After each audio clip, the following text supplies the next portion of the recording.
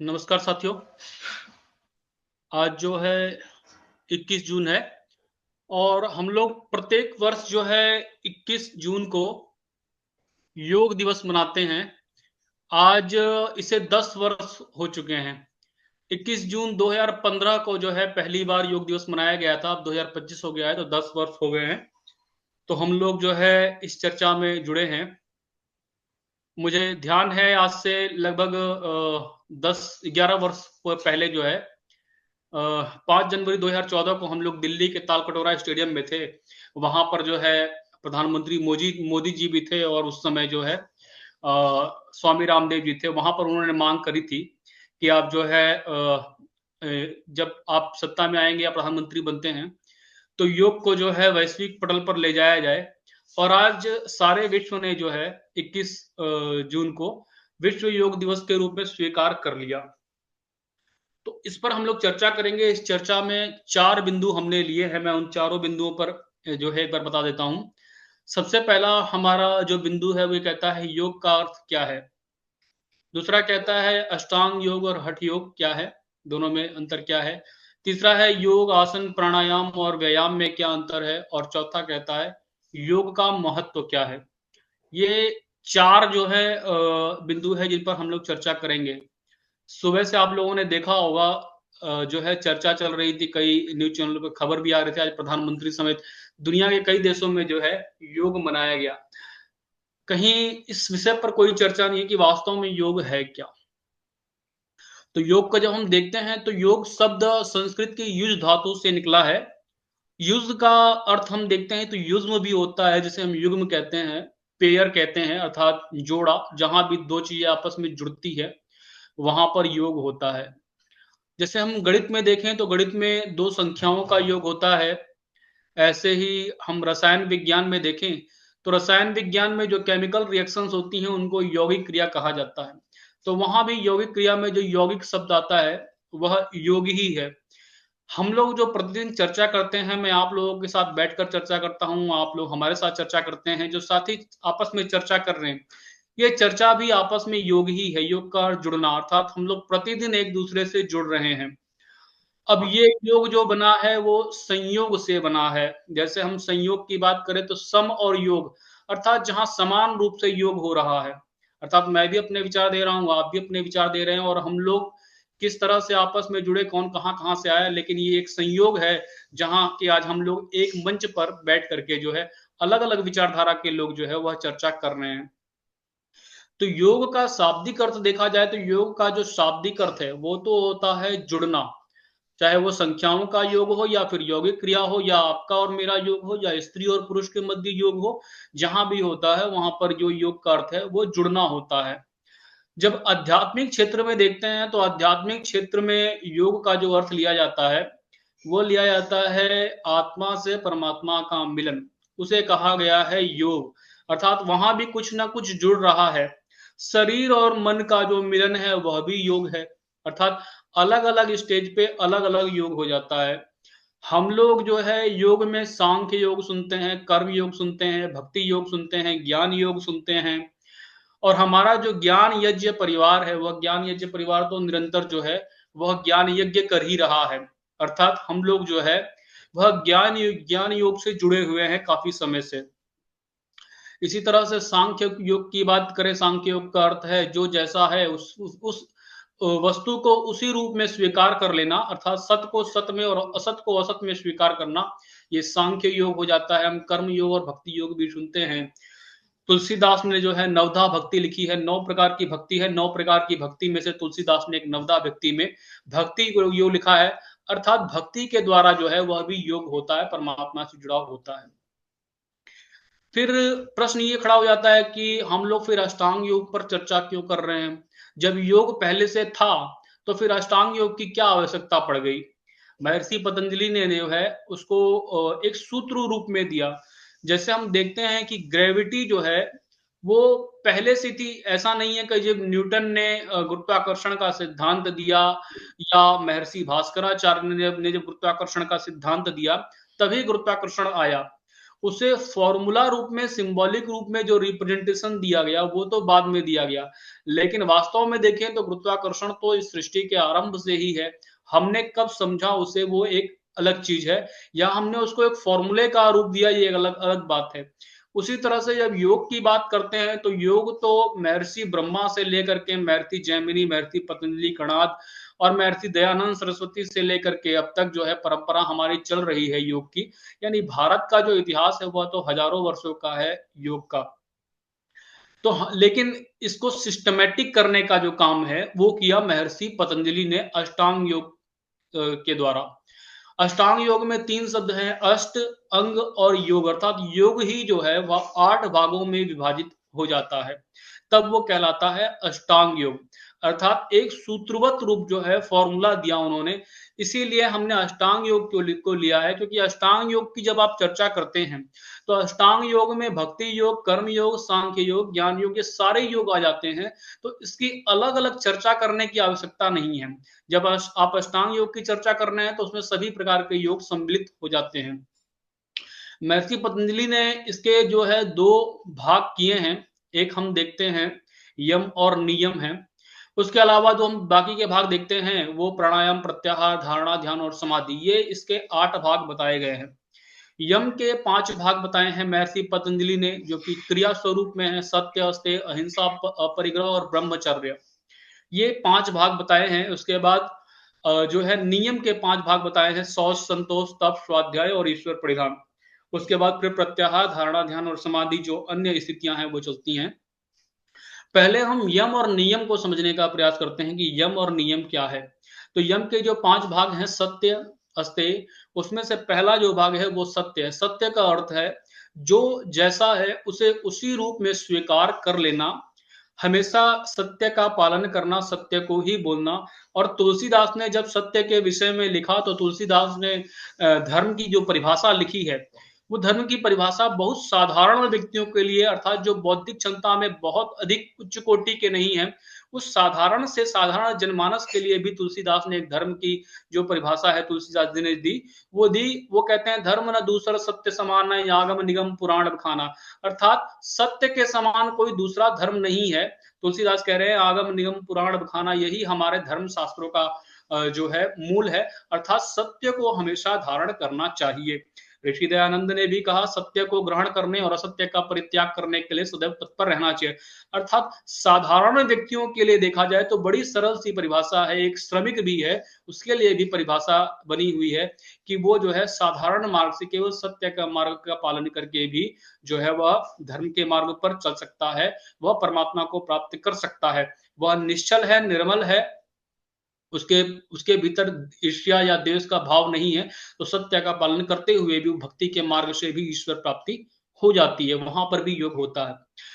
तो ये जो सत्य है, एक तो होता है सत्य को आचरण में लाना, दूसरा होता है सत्य को समझना। अर्थात कोई व्यक्ति जब हमसे कुछ कह रहा है, उस बात की सच्चाई क्या है, उसमें कितना झूठ है, उसको जब समझना होता है तो हम लोग जो समझते हैं, फिर न्याय दर्शन का जब हम लोग अध्ययन करते हैं तो वहां पर हमको पता चलता है कि सत्य को किस प्रकार से जाना जाए। जब हम इतिहास का अध्ययन करते हैं तो इतिहास का अध्ययन करते समय 7 ऐसी चीजें हैं जिनसे पता चलता है कि इतिहास में धर्मशास्त्रों में मिलावट है, कोई घटना काल्पनिक है, कोई घटना झूठ है, या कोई सृष्टि नियम के विरुद्ध है। तो उसके लिए अलग अलग 7 मापदंड बने हुए हैं। जैसे कि आप किसी अगर पेड़ की डाली को काट देते हैं और काटने के बाद दोबारा जोड़ेंगे तो वहां पर एक जो है निशान रह जाता है। उसी तरह से जब हम इतिहास का अध्ययन करते हैं तो कई सारी घटनाओं को क्रमबद्ध रूप से हम लोग पढ़ते हैं, और जब क्रमबद्ध रूप से पढ़ते हैं और कहीं पर कुछ छूट जाता है तब समझ में आता है कि यहाँ पर कुछ गड़बड़ है। तो सत्य को जानने के लिए 7 तरीके बताए गए हैं। न्याय के लिए जो बताए गए हैं वो 8 तरीके जो है न्याय दर्शन में बताए गए हैं।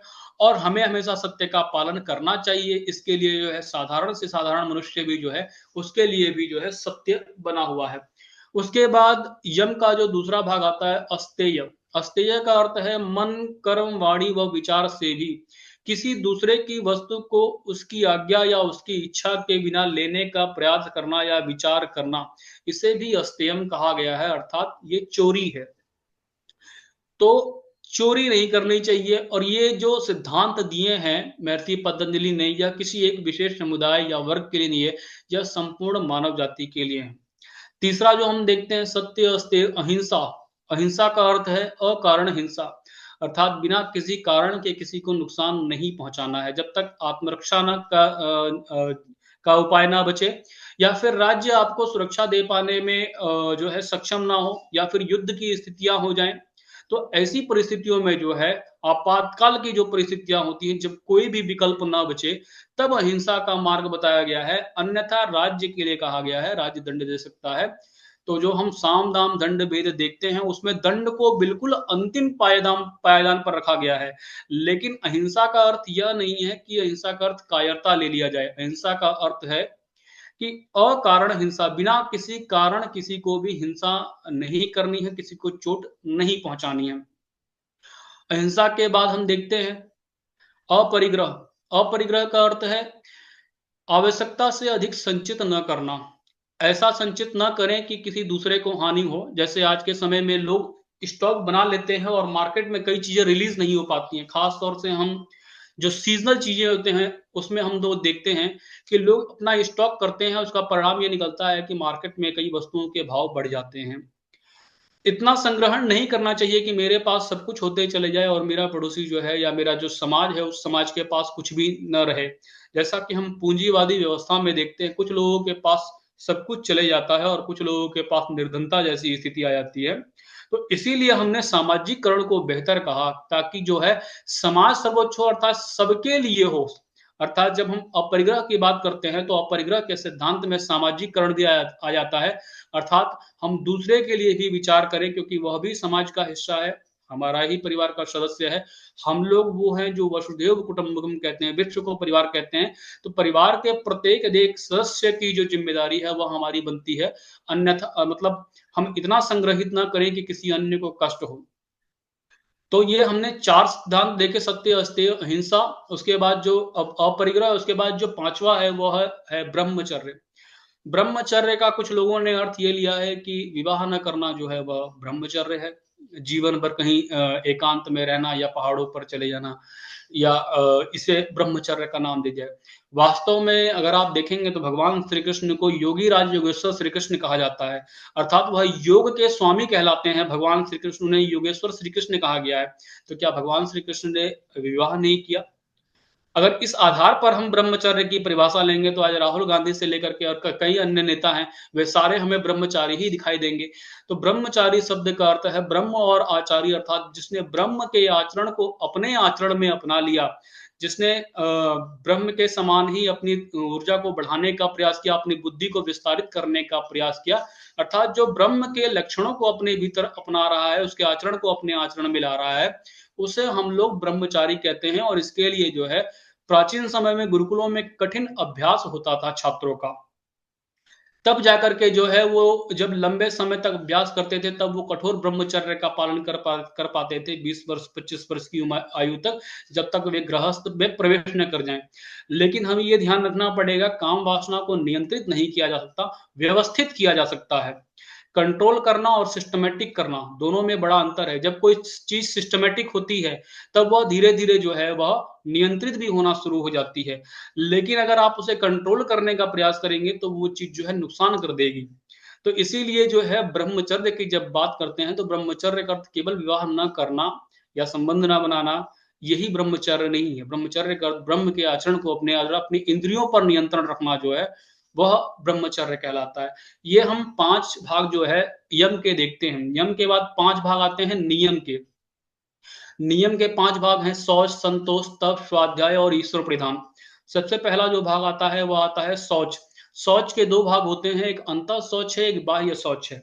अंतः शौच है का अर्थ है आत्मा का परिष्करण, अर्थात आत्मा का शोधन सत्संग के माध्यम से, वेदाध्ययन के माध्यम से, उपनिषदों के माध्यम से, विचारक विद्वानों के माध्यम से, अच्छी संगति से अपनी आत्मा का जो शोधन करता है, वह अंतःकरण का शोधन करता है। अपनी जो अंतःकरण चतुष्टयी है हमारे शरीर में, मन बुद्धि चित्त अहंकार है, जो चित्त का शोधन करते चले जाए। जो हम परिभाषा भी पढ़ते हैं योग की, योग चित्त वृत्ति निरोध, अर्थात जो चित्त की वृत्तियों का निरोध कर दे, वह योग है, अर्थात जो आत्मा का भी शोधन करते चले जाए, वहां पर कहा गया है शौच। और एक है बाह्य शौच।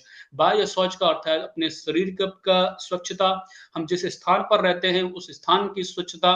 और आप देखेंगे जब भारत में प्रधानमंत्री नरेंद्र मोदी जी बने तो उन्होंने 2 अक्टूबर को जो है स्वच्छता अभियान चलाया कि ऐसे हम लोग जो है स्वच्छता दिवस के रूप में घोषित कर देंगे। लेकिन अगर आप भारत के मूल सिद्धांतों में जाते हैं तो शौच तो हमारी परंपरा में रहा है। शौच तो हमारे धर्म के जो नियम है या अष्टांग योग ऋषि ने दिया है, उसमें शौच तो हमें हजारों सालों से मिला हुआ था। लेकिन जब बाहर की संस्कृतियों का प्रभाव हुआ तब यह शौच जो हमारे धर्म के ही मूल लक्षणों में था, ये हमारे धर्म से चला गया। और आज ऐसी स्थिति आ गई कि हम लोग उस शौच का पूरी तरह से पालन नहीं कर पाते हैं।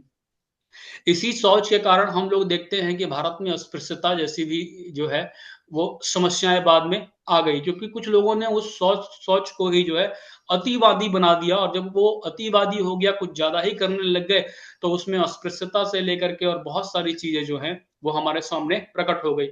तो जो सोच है, सोच का वास्तविक अर्थ है अपनी अंतःकरण का शोधन करना, और जिस परिवार में, जिस हम समाज में रहते हैं वहां आसपास सफाई हो। ऐसा ना हो कि मेरा जो घर है, जिस परिवार में रहता हूँ, केवल वही साफ हो, और अगर मेरे घर के बाहर कूड़ा पड़ा हुआ है तो क्या उसकी दुर्गंध मेरे घर में आएगी कि नहीं आएगी। अर्थात मेरे मेरे परिवार की और जिस स्थान पर हूँ वहां तो सफाई हो, लेकिन जिस पर्यावरण में मैं रह रहा हूँ उस पर्यावरण को भी मुझे ध्यान देना पड़ेगा, क्योंकि उस पर्यावरण का जो प्रभाव है वह मेरे ऊपर कहीं ना कहीं प्रत्यक्ष या अप्रत्यक्ष रूप से पड़ता ही है। भले ही मैं नशा ना करता हूँ, मैं सिगरेट ना पीता हूँ, लेकिन मेरे बगल में कोई पी रहा है तो उसका धुआं मुझे आता है। इसीलिए कहा गया है कि सार्वजनिक स्थानों पर उसको प्रतिबंधित किया गया। तो हमको ये देखना पड़ेगा कि शौच का वास्तविक अर्थ क्या है। शौच केवल अगर हम लोग शारीरिक सफाई तक रह जाएं तो वो नहीं है, उसके साथ साथ अंतःकरण का शोधन भी आवश्यक आता है। उसके बाद शौच के बाद जो यम नियम का जो दूसरा भाग है वो है संतोष। संतोष का अर्थ है यथा शक्ति अनुसार जो भी आपके सामर्थ्य है, धर्म पूर्वक जो कुछ आप अर्जित करते हैं उसमें संतुष्ट रहना जो है संतोष है। संतोष का यह अर्थ नहीं है कि आप प्रयास करना ही छोड़ दें, पुरुषार्थ करना ही छोड़ दें। अगर आप संतोष का अर्थ यह लगाते हैं कि जितना आपको पुरुषार्थ करना छोड़ देता है, तो फिर प्रश्न ये खड़ा होता है कि कितने लोग हैं उसी धन के प्रयोग से जो है विश्व कल्याण भी करते हैं। वो उसी से गौशालाएं चला रहे हैं, उसी से गुरुकुल चला रहे हैं, उसी से वृद्धाश्रम चला रहे हैं, उसी से चर्चाएं चल रही हैं, उसी से शोध अनुसंधान हो रहे हैं। अगर हम लोग ऐसा संतोष अपने भीतर कर लेंगे कि बस इतना हो गया और इससे अधिक नहीं कमाना है, तो जिस राष्ट्र के लोग जो है संपन्न नहीं होते, उस राष्ट्र की सेनाएं भी संपन्न नहीं होती, क्योंकि सेनाएं जो चलती हैं वह भी मेरे और आपके टैक्स से चल रही हैं। दुनिया भर के जितने रिसर्च होते हैं वो सारे रिसर्च मेरे और आपके पैसे से, हमारे टैक्स से चलते हैं। और गरीब लोग ना तो टैक्स देते हैं, ना वो उस देश की अर्थव्यवस्था में बहुत बड़ा योगदान कर पाते हैं। इसीलिए कहा गया है अपनी सामर्थ्य के अनुसार धर्म पूर्वक जो भी अर्जित करे उसमें संतुष्ट रहना जो है वह संतोष है। आजकल हम लोग ये भी परिभाषाएं पढ़ लेते हैं कि रूखा सूखा खाए के ठंडा पानी पी, देख बिरानी चाबड़ी मत ललचावे जी। जिस परिस्थितियों में ये लिखा गया था उस परिस्थिति को विचार किया जाए तो वो दीनहीन दरिद्रता की परिस्थिति रही है। उस परिस्थिति में वो हो सकता है कि कुछ ना से तो कुछ बेहतर है। लेकिन जब हम देखते हैं, वेदों को देखते हैं, हम चाणक्य को देखते हैं, हम अपनी ऋषि परंपरा को देखते हैं, अपने रामराज्य को देखते हैं, तो कहीं भी भारत में ऐसी दरिद्रता का जो है वर्णन नहीं मिलता है। वहां सब सुखी रहे, संपन्न रहे, सब एक दूसरे का सहयोग करते रहे। लेकिन फिर वही बात आ जाती है कि संपन्न रहते हुए भी अपरिग्रह का ध्यान रखना है, अर्थात आपको संतोष भी करना है और संतोष के साथ साथ जो है अपरिग्रह का ध्यान अवश्य रखना है कि समाज का जो है नुकसान न हो, क्योंकि ये समाज मेरा ही परिवार है। उसके बाद जो तीसरा हम लोग देखते हैं, नियम का जो तीसरा भाग है वह है तप। तप का अर्थ स्वयं को तपाना नहीं है। ऐसा नहीं है कि किसी एक जगह पर आप एक पैर पर खड़े हो गए और वहां पर जो है आप वर्षों तक लग गए कि मैं तो आज अपने शरीर को कष्ट दे रहा हूं। तप का अर्थ शरीर को कष्ट देना नहीं है।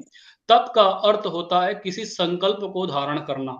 तप का अर्थ है तपस्वी। तप का अर्थ है उनको तपाना, अर्थात जैसे भी सुख दुख की परिस्थिति आए, कष्ट की परिस्थिति आए, भयंकर से भयंकर मौसम की पीड़ा झेलनी पड़े, उस परिस्थिति में भी जो तपस्वी होता है वह अपने लक्ष्य को प्राप्त करता है, अर्थात स्वयं को तपाते हुए, सारी पीड़ाएं झेलते हुए भी जो है जो अपने लक्ष्य को प्राप्त करता है उसे तपस्वी कहा गया है, उसे योगी कहा गया है। हम लोग एक ये शब्द सुनते हैं क्रांतिकारी। क्रांतिकारी शब्द जो निकला है वह क्रमोपाद विक्षेप से निकला है, जिसका अर्थ है विपरीत परिस्थितियों में भी क्रम से आगे बढ़ते चले जाना। वो क्रांतिकारी कहलाता है, न कि हिंसा करने वाला क्रांतिकारी है। अर्थात जो तपस्वी है वह वास्तव में क्रांतिकारी भी होता है। क्रांति केवल हिंसा का नाम नहीं है, वह वैचारिक हो सकती है, वह जो है किसी दुराचारी के विरुद्ध भी हो सकती है, किसी भी तरह से हो सकती है, लेकिन क्रांति का मूल अर्थ है कि अपनी दिशा में लगातार प्रयत्न करते हुए बढ़ते चले जाना, चाहे उसमें जो भी परिस्थितियां, जो भी रुकावट आए, उसी व्यक्ति को हमने तपस्वी कहा है, उसी को क्रांतिकारी कहा है। उसके बाद जो चौथा जो नियम है, जो नियम का जो भाग है, वह है स्वाध्याय। स्वाध्याय का अर्थ यही है कि हमें जो है जिस आयु तक पढ़ना है वहां तक पढ़ना चाहिए और पढ़ने के बाद उस पर विचार मंथन भी करना चाहिए। स्वाध्याय का अर्थ केवल पुस्तकों तक सीमित नहीं है, वह चर्चा भी हो सकती है। मैं और आप बैठ करके जो चर्चा कर रहे हैं वह भी स्वाध्याय हो सकता है। स्वाध्याय केवल पढ़ने तक सीमित नहीं है, वह श्रवण के माध्यम से भी हो सकता है। वह श्रुति के माध्यम से, जिसे हम श्रुति परंपरा कहते हैं, अर्थात सुन करके जो ज्ञान मिलता है, परिवार से मिलता है, समाज से मिलता है, वह भी हमारे जीवन में एक अध्याय है, उसका हम अध्ययन करते हैं, उस पर विचार मंथन करते हैं, चिंतन करते हैं, वह भी एक तरह से स्वाध्याय की ही श्रेणी में आता है।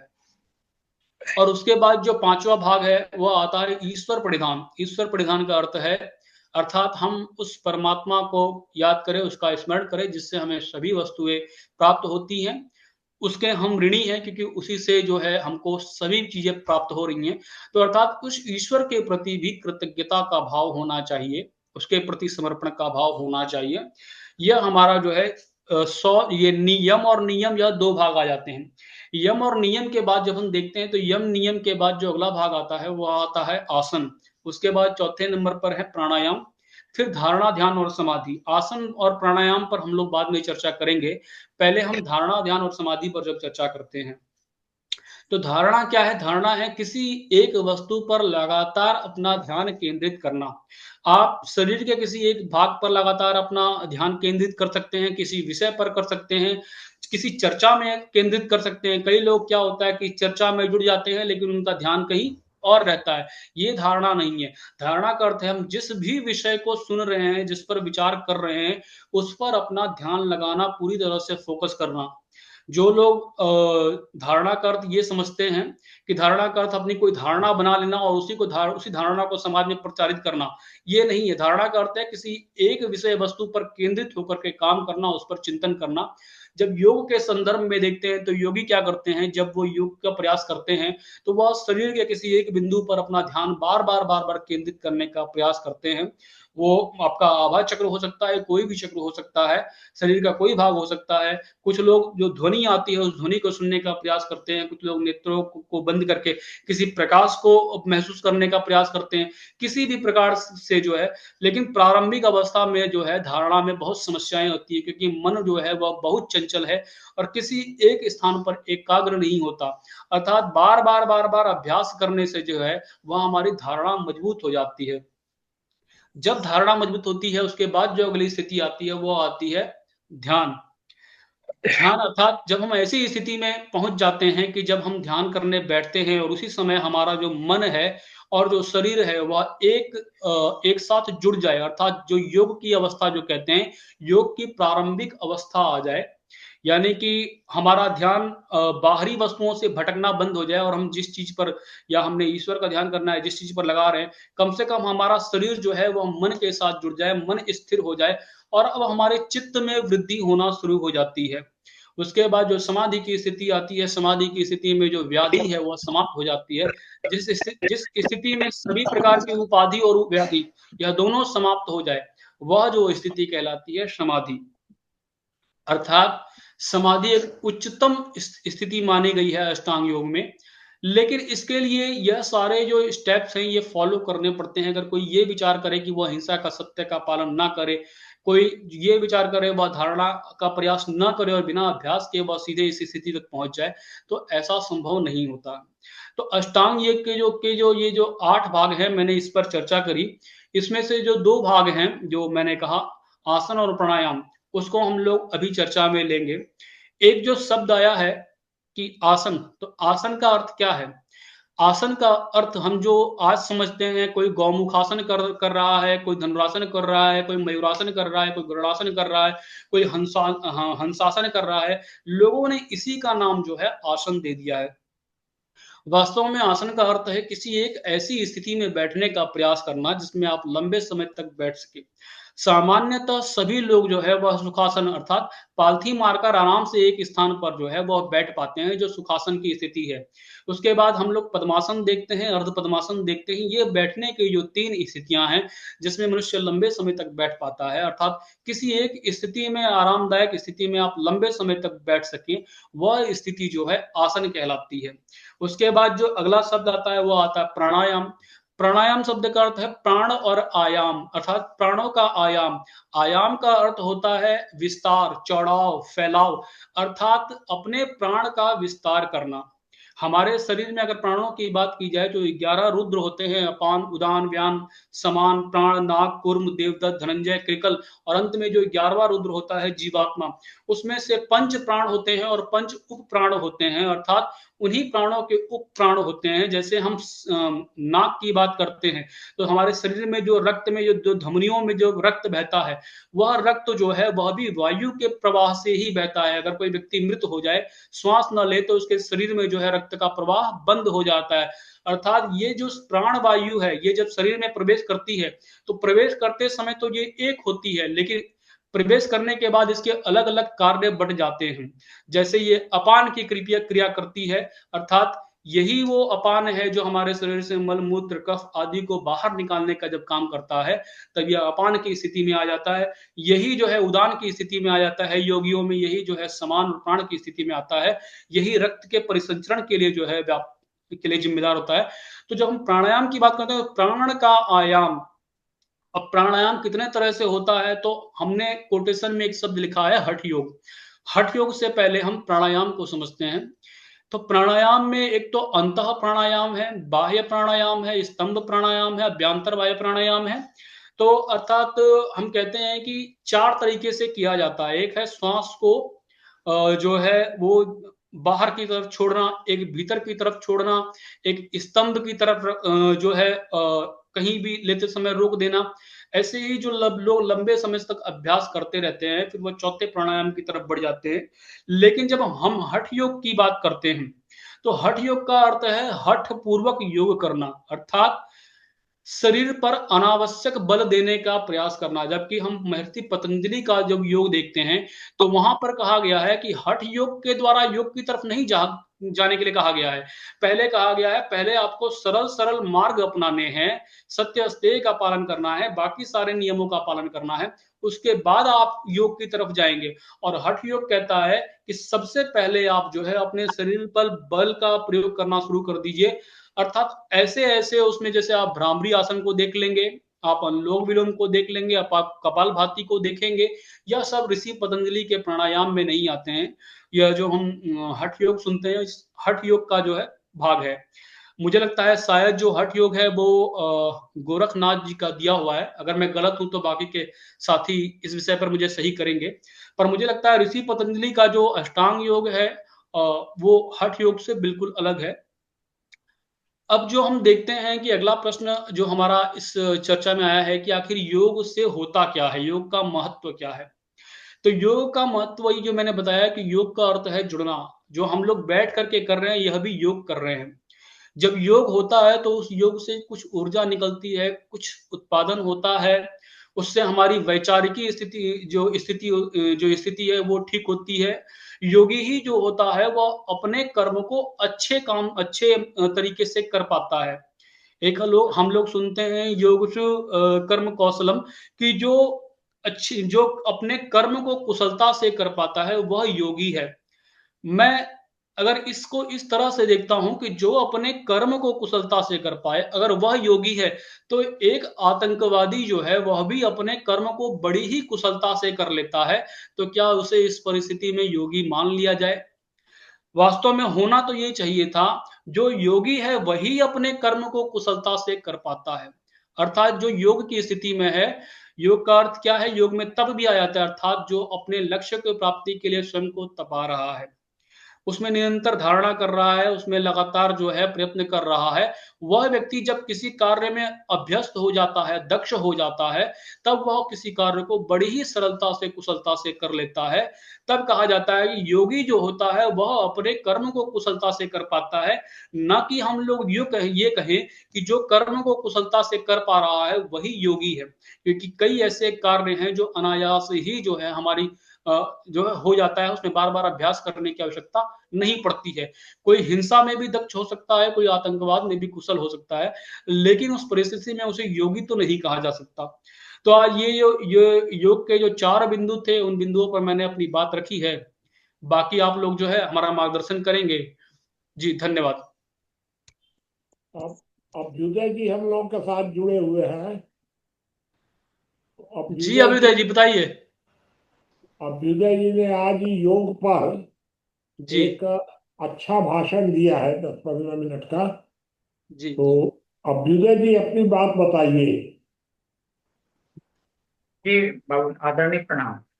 अच्छा, आवाज आ रही सभी को मेरी? जी, अभ्युदय जी पूरी आवाज आ रही है।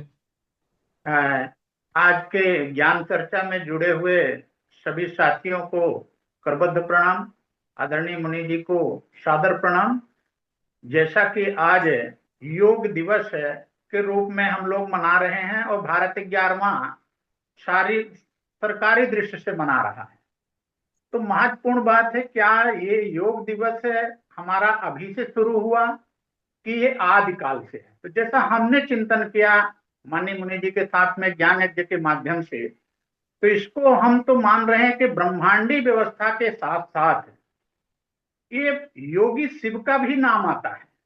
तो सबसे पहले ये जो ब्रह्मांडी व्यवस्था रही है उसमें आप योग को जानिए। योग का मतलब सबसे बड़ा होता है जुड़ना और जोड़ना, दोनों है इसमें, जुड़ना और जोड़ना, जोड़ना भर नहीं है।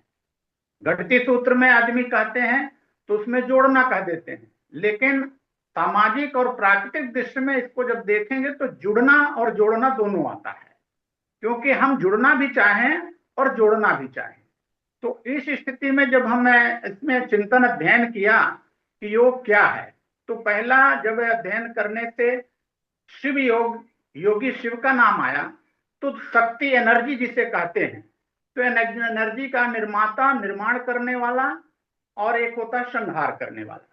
तो सबसे पहले ये स्वयं के जीवन में, तो इसका जो कृष्ण ने गीता में भी लिखा है, चित्त की विकृतियों का निरोध।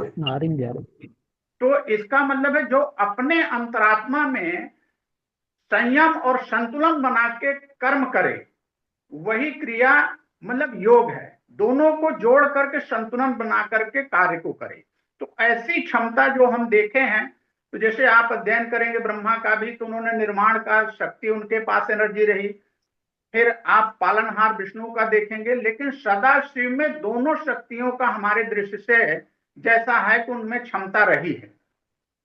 अब उसमें 8 योग का वर्णन है हमारे ब्रह्मांडी व्यवस्था से जैसा मिल रहा है। तो पहला मैंने जैसा अभी बात हुई है, तो राग योग हो गया, हठ योग हो गया, कर्म योग हो गया, भक्ति योग हो गया, ज्ञान योग हो गया और क्रिया योग, इसको विस्तृत अलग से। अब इस दिशा में धीरे धीरे वैदिक काल जब आया, क्योंकि ब्रह्मांडी व्यवस्था रही, तो उसमें ब्रह्मांडी व्यवस्था में प्राकृतिक और ब्रह्मांडी और सामाजिक जलचर थलचर को जोड़ करके मिला करके व्यवस्था का निर्माण हुआ। फिर वैदिक काल में इस योग को हमारे ऋषि मुनियों ने पूरे सृष्टि में घूम करके पूरा जोड़ने का प्रयास किया और जुड़ने का प्रयास किया। मतलब प्रकृति की वस्तु स्थिति का अध्ययन करने से उनको देखने पर पता चला कि कैसे कैसे कहाँ किस परिस्थिति में हमें जुड़ना चाहिए। वो जुड़ते भी थे, ऐसा नहीं थे कि जोड़ते भी थे, वो उस परिस्थितियों के साथ जुड़ते रहे। इसमें आप देखें कृष्णाचार्य जी का अध्ययन कहाँ करेंगे, महावीर स्वामी का करेंगे, बुद्ध का भी अध्ययन करेंगे, तो ऐसा अनुभव हमें मिलता है।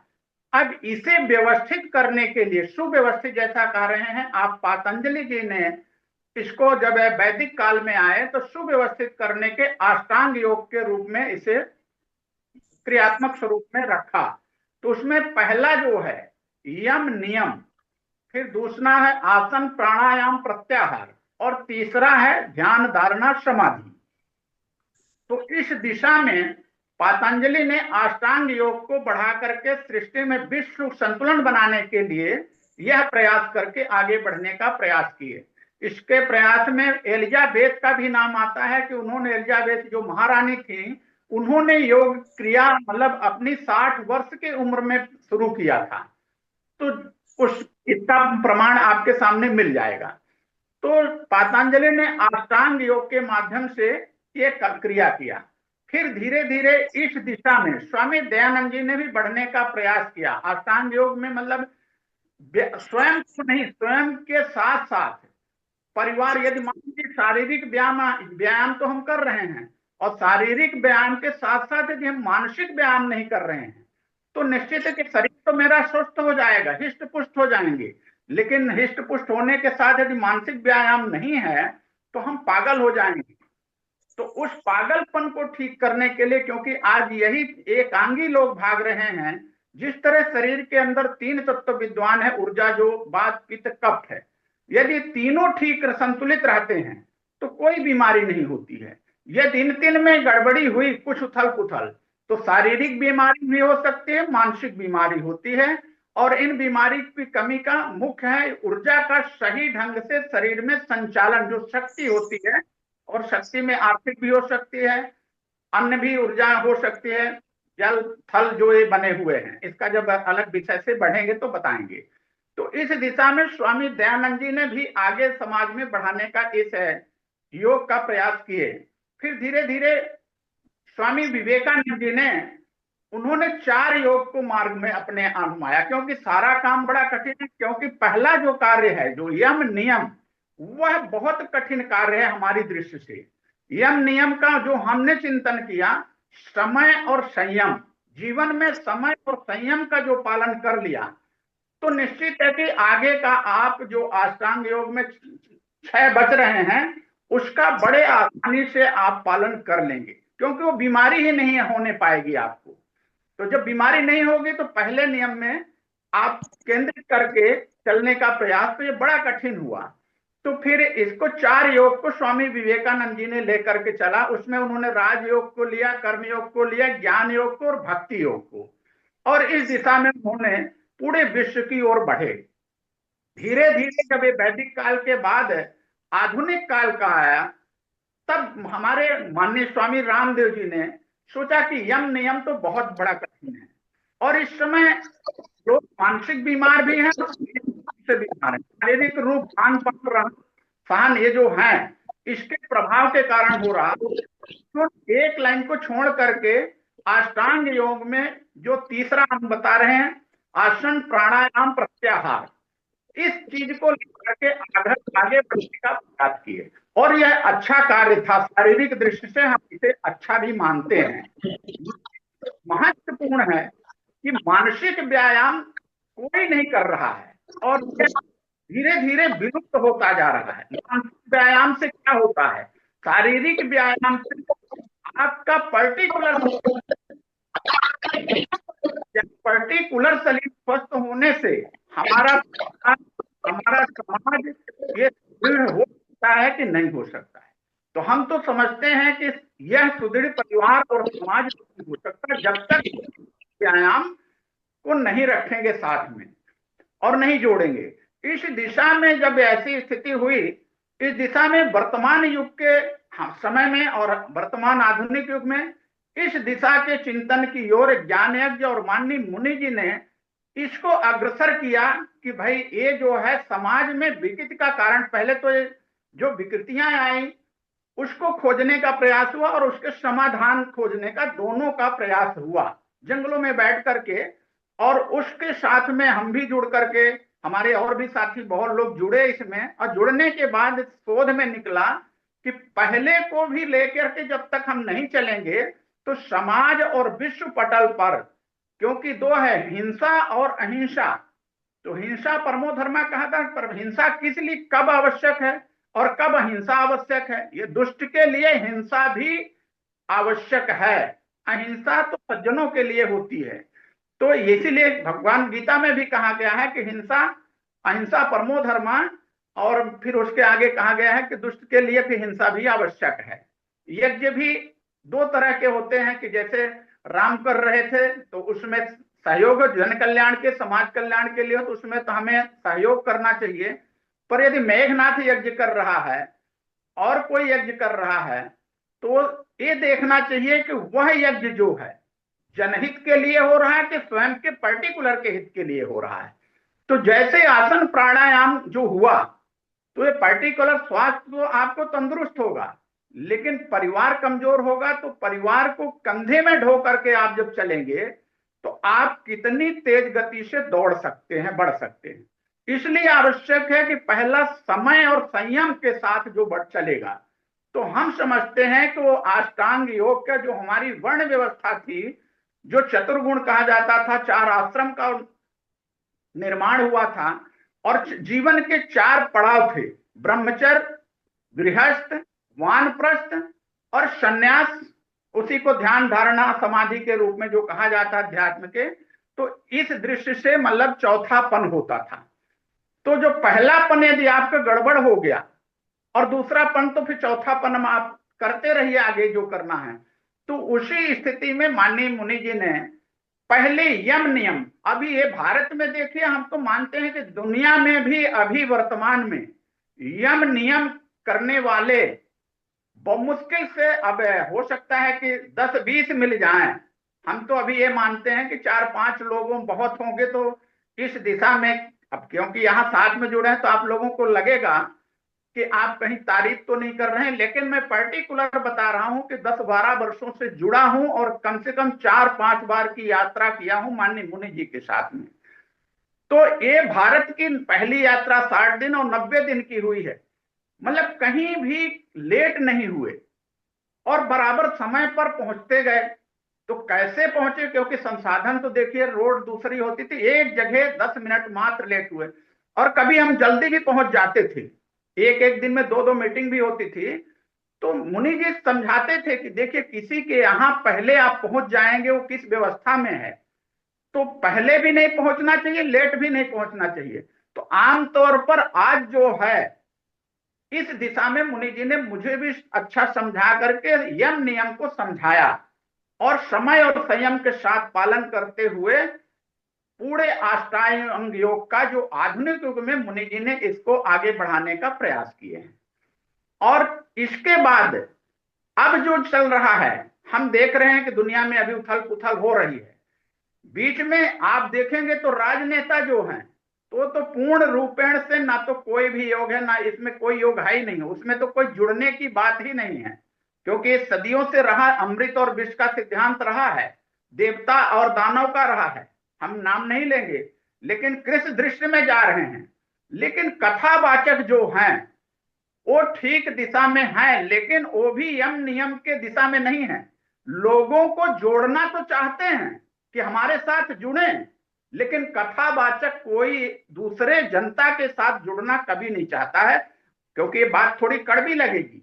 लेकिन जो आप सुन रहे हैं या ज्ञान यज्ञ के माध्यम से जा रही, हो सकता है कट हो या हम गलत कह रहे हैं, तो तर्क सम्मत यदि कोई यहाँ उत्तर देगा उसको हम स्वीकार भी करेंगे, ऐसा नहीं कि जो हम कह रहे हैं वही अंतिम सत्य है।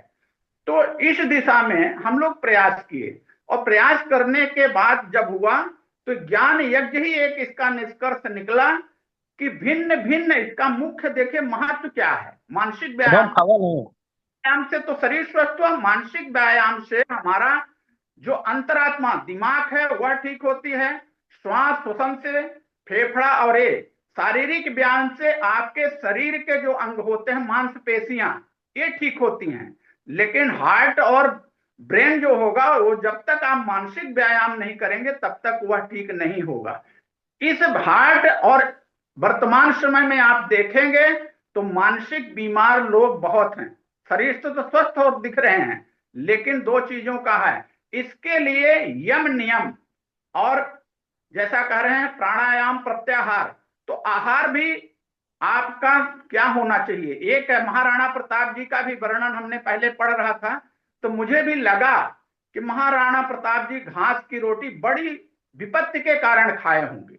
लेकिन जब मैंने इस पर चिंतन किया तो मुझे लगा कि महाराणा प्रताप जी शक्तिशाली राजा थे और शक्तियों का नियंत्रण करने, जैसा मैंने कहा चित्त विचित विकित की निरोध, तो मन को उन्होंने मस्तिष्क को कंट्रोल किया और कंट्रोल करके उन्होंने आहार का मतलब शाकाहारी मतलब धारण करके जीवन को आगे बढ़ाने का प्रयास किया। तो कुछ ऐसी बातें गलत प्रचारित कर गई हैं कि हम लोग उसको आंख मूंद करके विश्वास करते हैं। इसलिए आवश्यक है कि थोड़ा सा महत्व देखिए क्या है कि मतलब ज्ञान यज्ञ के माध्यम से यम नियम क्या है। हम आप सब जैसे अभी जुड़ रहे हैं ना, तो भिन्न भिन्न विचारधारा के, एक विचारधारा के नहीं, क्योंकि सृष्टि का जब आप अध्ययन करेंगे तो आपको ही परिस्थिति के साथ, स्वयं के साथ, परिस्थितियों के साथ जुड़ना पड़ेगा, जोड़ना नहीं पड़ेगा। जोड़ना तो जब वहां से कोई व्यक्ति हमारे पास आएगा तो उसको हम बता करके जोड़ने का प्रयास करेंगे कि यहाँ की प्राकृतिक व्यवस्था ऐसी है। लेकिन हम जब चलेंगे तो हमें जुड़ना पड़ेगा उस प्रकृति के साथ में। तो जुड़ना और जोड़ना दोनों का संतुलन बनाने के लिए हम भिन्न भिन्न विचारधारा के लोग कम से कम एक जगह बैठें और किसी निश्चित विषय कोई फिक्स कर लें। कोई ऐसा नहीं है, क्योंकि आज धर्म में भी लोगों को बहुत बहुत जल्दी से आक्रोश, क्रोध भी आ जाता है। क्रोध भी आवश्यक है, लेकिन क्रोध, उच्च चेतना और उत्तेजना ये दोनों जीवन में होती हैं और दोनों आवश्यक है। लेकिन उत्तेजना उच्च चेतना के साथ जो रहेगी वह आपके लिए फलदायी होगी, लेकिन उच्च चेतना के बगैर जो उत्तेजना होगी वह विनाशकारक होगी। तो हमें इन दोनों के बीच में संतुलन बनाने की, सद्भावना के साथ संतुलन बनाने का, संयम बनाने की आवश्यकता है। और वह तब होगा कि जब भिन्न भिन्न विचारधारा के लोग अपनी अभिव्यक्ति को स्वतंत्र पूर्वक रखें। हो सकता है कि हमको उनकी बात थोड़ी कड़वी लगे, गलत लगे, लेकिन उनके लिए अच्छी है और उसको बर्दाश्त करते हुए सुनने की आदत डालें। मान लीजिए बहुत नहीं लग रहा कि हमें नहीं सुन पाएंगे, तो थोड़ा सा अलग हो जाएं, फिर जुड़ जाएं। अलग होने के बाद उस पर चिंतन मंथन करिए कि उन्होंने क्या कहा। जब कुछ चिंतन मंथन करेंगे तो निश्चित आपको लगेगा कोई ना कोई समाधान निकलेगा और समाधान से यह तय होगा कि ये जो है बात सही है अथवा हमारे लिए उपयोगी है। तो आपके लिए नहीं है तो छोड़ दीजिए, और नहीं तो तर्क सम्मत फिर बैठिए और फिर उस पर डिस्कशन करिए, समाधान बताने का प्रयास करिए। प्रश्न भर नहीं होना चाहिए। और निश्चित तौर पर हम मानते हैं कि जब इस तरह की मानसिक व्यायाम होगा तो जो इस समय समाज में कटुता, वर्ग विद्वेष फैला हुआ है, यह सामाजिक कटुता जो धीरे धीरे घटेगी और परिवार में जो हमारे हैं, जैसे हम शारीरिक स्वस्थ हुए तो मानसिक रूप से जब हम स्वस्थ होंगे तो परिवार के प्रति हमारा लगाव बढ़ेगा, परिवार से हमारी दूरियां नहीं बढ़ेंगी। परिवार के साथ हम जोड़ करके परिवार स्वयं के साथ हम समाज की ओर, विश्व पटल की ओर बढ़ने का प्रयास करेंगे और विश्व वसुधैव कुटुंबकम की ओर बढ़ने का प्रयास करेंगे। यही हमारा योग का निचोड़ निकला।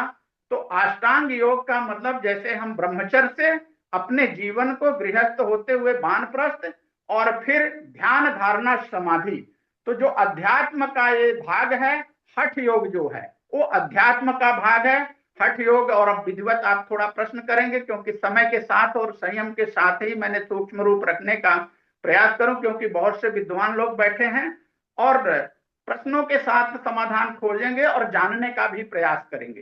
तो आज जो वर्तमान में योग दिवस मनाया जा रहा है वो कौन सा योग दिवस है? हम तो आप देख रहे थे बहुत से नेता लोग कोई किस तरह शरीर झुका रहे हैं, कोई भी, लेकिन कुछ ना कुछ तो कर रहे हैं, अच्छी बात है। हम इसमें और माननीय जो हमारे देश के दो नेता को हम मानते हैं कि इन्होंने अब ठीक दिशा, नेता तो हम कभी माने नहीं, सेवक माने हैं, या सामाजिक या राजनीतिक दृष्टि से कहिए तो माननीय जो योगी जी हैं और माननीय मोदी जी अब जो है ये अष्टांग योग की ओर बढ़ रहे हैं पूर्ण रूपेण से, मैं देख रहा हूं। और मोहन भागवत जी उसमें पूरी ब्रह्मांडी व्यवस्था के साथ सहयोग कर रहे हैं, जो वर्तमान में ज्ञान यज्ञ और मुनि जी के माध्यम से मानसिक व्यायाम के साथ शारीरिक व्यायाम रामदेव जी का जो चल हुआ, दोनों का संतुलन बना के आगे हम लोग बढ़ रहे हैं। यही आज मेरा थोड़ा सा विचार है सूक्ष्म। जहां आपको लगेगा कि कोई और सुधार करने की इसमें आप ऐसा कह रहे हैं तो प्रश्न करेंगे, हम भी स्वीकार करेंगे जहां कोई त्रुटियां होगी। बस अपनी वाणी को विराम देते हुए मैं यहीं पर आज योग पर अपना आप सबके बीच विचार रखा और आशा करता हूं कि जुड़ने और जोड़ने दोनों का प्रयास हम लोग प्रकृति के साथ भी संयोग से तालमेल मिलाएं और परिवार और समाज के साथ भी जुड़ने और जोड़ने का प्रयास करें। धन्यवाद। ठीक है। Hello hello hello. चलिए, अब कोई भी बात अगर हो तो 7 मिनट से 10 मिनट। नहीं, मैं 1-2 मिनट बोलूंगा। हाँ, तो बताइए। 1-2 मिनट। देखिए, अभ्युदय जी अभी बहुत सेंटिमेंटल हो गए। वो कहने लगे कि स्पिरिचुअलिज्म में व्यापार आ रहा है, बहुत बिजनेस, बहुत 420 हो गए हैं महात्मा जो भाषण देते होते हैं दिन भर। तो लेकिन जिस तरह सेना का एक प्रचार आता है कि सेना ज्वाइन करो, तुमको मैं 3 बजे से सुबह में जगना सिखाऊंगा, ऐसे ऐसे प्रचार आता है।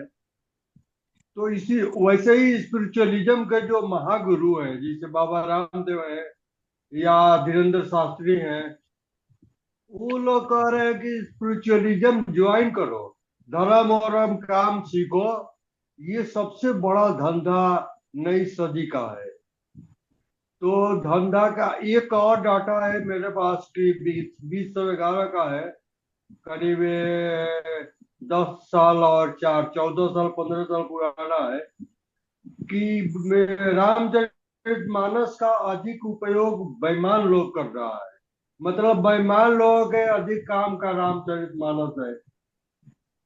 तो अब जैसे दिल्ली में अक्षरधाम मंदिर है, वो क्या है, बड़े बड़े लोगों का रुकने का बहुत अच्छा सा सुरक्षित एक किला है, कि समझिए कि 5 स्टार होटल है। तो व्यापार को कहते हैं कि स्पिरिचुअलिज्म में बिजनेस आ गया है। केवल एक जैन लोग है वो मना कर रहा है कि हमारे यहाँ स्पिरिचुअलिज्म स्पिरिचुअलिज्म रहेगा, वहाँ व्यापार नहीं जाना चाहिए, वहाँ तुम्हारा पानी का बोतल, वहाँ तुम्हारा पिज्जा पिज्जा, वहाँ तुम्हारा मुर्गा भात कुछ और जा करके नहीं खा सकते हो। लेकिन मोदी जी भी तो दिन भर प्रचार कर रहे हैं कि खूब आदमी बनारस में बुलाओ, मथुरा जी में बुलाओ, अयोध्या जी में बुलाओ, बिजनेस करेगा खूब, भारत मोटाएगा, जो जो बिजनेस में हिस्सा लेगा पंडा पंडित समन का सब कुछ ही होगा। जल्दी जल्दी पंडा पंडित का कोर्स पढ़ो। अब तो बाबा रामदेव ने कोर्स को रिकॉग्नाइज भी करा लिया भारत सरकार से, पंडा पंडित का। तो बस यही नोट कराने के लिए मैं बोल रहा था। बहुत सेंटिमेंटल हो गए थे अभ्युदय जी, ये सब बातें बोल रहे थे। Thank you. जी, धन्यवाद। बाकी के साथी अपनी बात रख सकते हैं। नमो नमः, धन्यवाद। जी, बताइए। आज का विषय योग पर है, बहुत अच्छा विषय है। आप 7 मिनट में रखिएगा। हाँ हाँ हाँ, ठीक ठीक ठीक। तो योग का अर्थ है जुड़ना। जुड़ने का तात्पर्य किस चीज से है, तो इसको समझना चाहिए हमें। जुड़ना यानी कि हम अभिवृद्धि को प्राप्त करें। जुड़ने का मतलब कहीं कहीं घाटा भी हो जाता है, लेकिन यहाँ जुड़ने का मतलब अभिवृद्धि को प्राप्त करना। अभिवृद्धि यानी कि कैसे हो, इसके लिए जो है कि पतंजलि योग सूत्र में बताया गया है। हालांकि जो अष्टांग योग है, यम नियम आसन प्राणायाम प्रत्याहार ध्यान धारणा समाधि, इस पर हम इस पर बात करते हैं तो विषयांतर होगा। हम सीधे सीधे जो है कि योग के मूल तत्वों पर हम वक्तव्य देते हैं। तो उसमें योग का जो मूल तत्व है वह जुड़ना, अभिवृद्धि करना। तो वास्तव में अभिवृद्धि और जो जुड़ने क्रिया है वह कहाँ है, कैसे है, किस प्रकार से है। तो पतंजलि योग सूत्र में जो इसका है बहुत सारांश और एक ही सूत्र में इसका अर्थ दे दिया है। ईश्वर प्राणिधान, ईश्वर प्राणिधान जो जुड़ने क्रिया है वो ईश्वर प्राणिधान है। जो जगत का प्राण है ईश्वर है, हम उसके प्राण से अपने प्राण को जोड़ें। तो उसे मूलतः जो है कि उपासना जो है कि ईश्वर की उपासना करना ही योग की प्रथम जो है कि महत्वपूर्ण विषय है। लेकिन हम इससे भी आगे हट करके हम दूसरा कुछ कहना चाहते हैं। तो वहाँ जो है कि जो ईश्वर की जोड़ने की प्रक्रिया है, तो यहाँ पर गीता इसका प्रमुख उदाहरण है। उसमें सांख्य योग, कर्म योग, भक्ति योग, ज्ञान योग, तरह तरह के योग का वर्णन है। तो जहाँ पर यहाँ पर हठ योग की भी बात आई है, सहज योग भी है, सरल योग भी है। तो गीता यहाँ पर कहता है, जो मनुष्य अपने इंद्रियों पर संयम नहीं रखता है, वो नरक को जाता है, यानी कि अपना वह पतन करता है। और जो इंद्रियों पर हठ पूर्वक संयम करता है, वह घोर नरक को जाता है। दोनों बातें हैं। यहाँ पर हठ योग का सीधे जो है कि निराकरण कर दिए कि हठ योग जो है घोर नरक को ले जाने वाला होता है। तो यहाँ पर क्या क्या संयम इंद्रियों पर करना और ईश्वर से जुड़ने की प्रक्रिया जो है योग तो है, लेकिन वह सरलता सहजता से जो है कि अपने संयम को साधते हुए योग करना चाहिए। तो यहाँ पर जो है कि इसके लिए जो है कि अपने कामनाओं से रहित होकर के अपने निष्काम वृत्ति को जा करके अपना कर्म करे। जगत का कल्याण करना, अपना कल्याण करना है, और जगत का कल्याण करना ही ब्रह्म की उपासना है, और उपासना ही योग है। अपने आप को ईश्वर प्राणिधान से अपने आप को जुड़ना है, अपने प्राण को ईश्वर के प्राण से एकाकार करना है। अब यहाँ पर ईश्वर प्राणिधान कैसे संभव होगा? तो ईश्वर प्राणिधान का जो है कि सबसे सूत्र बढ़िया जो है आयुर्वेद मिलता है। धर्म अर्थ काम मोक्षाणाम आरोग्य मूल। धर्म अर्थ काम मोक्ष, यानी कि भगवत की प्राप्ति, संसार का सारा कामादि धर्म, अकैन मोक्ष, सब सारी चीज जो है कि आरोग्यता का प्राप्ति। क्योंकि आरोग्यता का एक नियम है। आरोग्यता का मतलब शरीर से बलवान हो जाना या कोई विशेष स्थिति को प्रति नहीं। इसमें आरोग्यता को बनाया कि शारीरिक रूप से, मानसिक रूप से, भावनात्मक रूप स्वस्थ सशक्त होना जो है आरोग्यता है। अब आरोग्यता के लिए जो परिभाषा आयुर्वेद में आती है, तो उसको प्राप्त करने के लिए एक नियम बना दिया गया कि न रोहितार विहार सेवी सम शिकारी विशेष दाता सम सत्य परादया मान आप तो सेवी होती आरोग्य। व्यक्ति अपने अनुकूल आहार विहार का सेवन करे और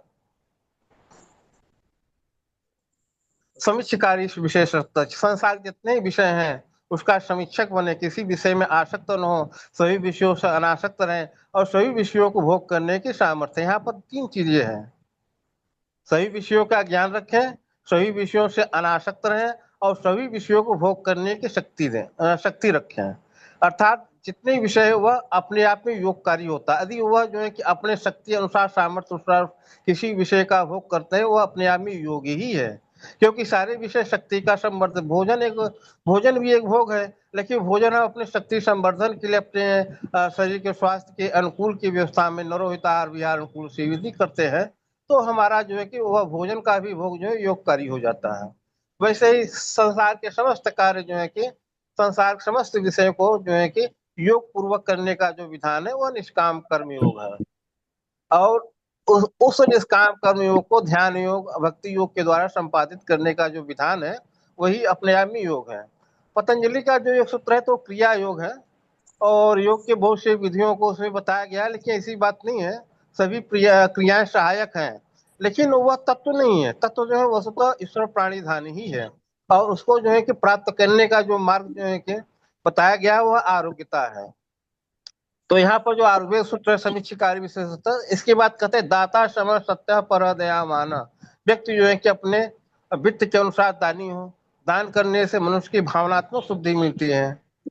समदर्शी हो, व्यवहार से समता हो, राग द्वेष बुद्धि में जो है कि राग द्वेष ईर्ष्या इत्यादि बुद्धि सम हो, हमारा भोजन खान पान शरीर की क्रियाएं समता पूर्वक हो। दाता सम सत्य पर दयावान, सत्य बोलने से जो कि हमारी जो तंत्रिका तंत्र है उसका उसकी व्यवस्था ठीक चलती है। असत्यवादियों की तंत्रिका तंत्र की व्यवस्था अव्यवस्थित हो जाते हैं, तो उसकी वजह से उनका योग भ्रष्ट हो जाता है। तो सत्य बोलना चाहिए। दाता सम सत्य पर दयावान, दूसरों पर दूसरों के प्रति दयावान हो। दयावान यानी कि हमारी जो बोली वह क्रूर न हो, हमारी नेत्र की दृष्टि क्रूर दृष्टि से न पड़े। तो जितने भी हम दया भाव रखेंगे तो हमारे ज्ञान इंद्रियों की आयु जो है विकसित होती रहेगी, वो बढ़ती रहेगी। हम तो सच्चे बता रहे हैं, विस्तार बता रहे हैं, बहुत बड़ा हो। दाता सम सत्य पर दयावान, आप तो सेवी अनुभूति वालों जो अपने से श्रेष्ठ है, ज्ञान से, विचार से, आयु से, उनके सेवा में आज्ञा अनुशासन रहने से आरोग्यता की प्राप्ति होती है। इसलिए कहा गया है कि नित्यम वृद्धोपि सेवनम आयुर्विद्या यशो बलम। तो कुल मिलाकर के जो है कि हम एक शुद्ध आरोग्यता को प्राप्त करें, शुद्ध मानसिकता को प्राप्त करें और उसको उपासना में लेके के अपने कर्मों में लाते हुए हम योग को प्राप्त कर सकते हैं। इसी के साथ ही अपने बात को समाप्त करते हैं। धन्यवाद। देखिए, अपने बीच है हरीश जी, राजेश प्रजापति, आचार्य श्यामदेव जी, नीता जी भी अगर कुछ जुड़ेंगी तो कुछ बोलना होगा तो बोल सकती है अभी। उसके बाद हम बाकी लोगों को टाइम देंगे। 7-7 मिनट में है, आप बोल सकते हैं। हरीश जी, राजेश जी, श्यामदेव जी और नीता अभी जुड़ी हुई थी तो खैर कोई बात नहीं। पहले आप लोग बोल लीजिए, उसके बाद बाकी लोगों को देंगे टाइम। सभी को मेरा प्रणाम और बाबा को मेरा सादर प्रणाम। सभी को सादर प्रणाम।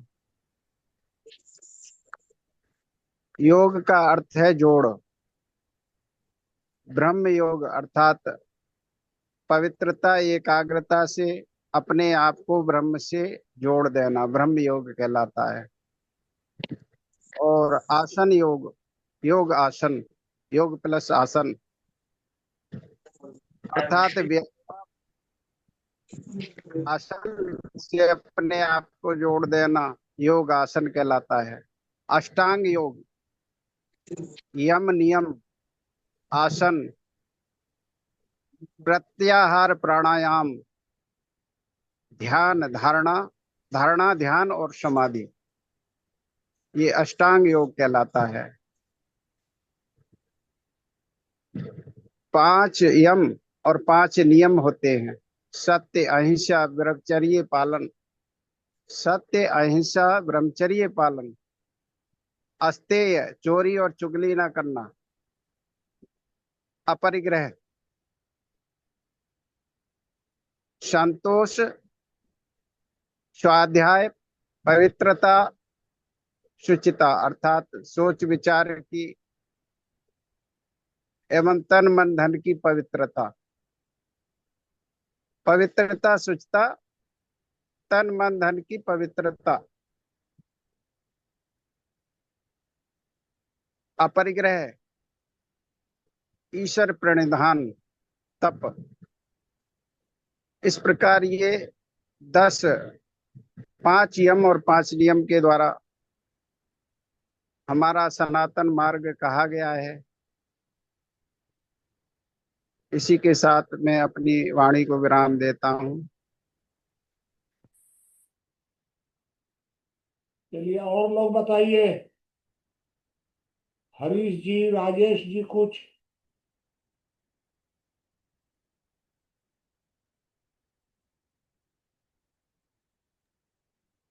बाबा जी सादर नमस्ते, पूरे परिवार को नमस्ते नमस्ते। भाई, बताइए। बाबा जी हम सुन रहे हैं, बहुत हमें अच्छा लग रहा है और विचार मुझे बहुत अच्छे अच्छे यहाँ से मिलते हैं। मैं सुनता हूँ, मुझे सुनने में बहुत सुख मिलता है बहुत, और फिर दिशा लेकर के हम उसी दिशा से काम करते हैं। तो बहुत अच्छा लग रहा है, हमें आशीर्वाद आपका मिलता रहे बस। ठीक ठीक है। है, इतना ही मेरा कहना है। आपका लेख भी पढ़ते रहते हैं, फेसबुक पर कुछ लिखते भी रहते हैं, अच्छा लगता है ना। चलिए, ठीक, कुछ राजेश जी को कोई बात कहनी हो। सादर नमस्ते। बाबा जी नमस्कार। मुनि जी प्रणाम। हाँ, नमस्कार भाई, बताइए। पहले राजेश जी रख देते हैं अपनी बात।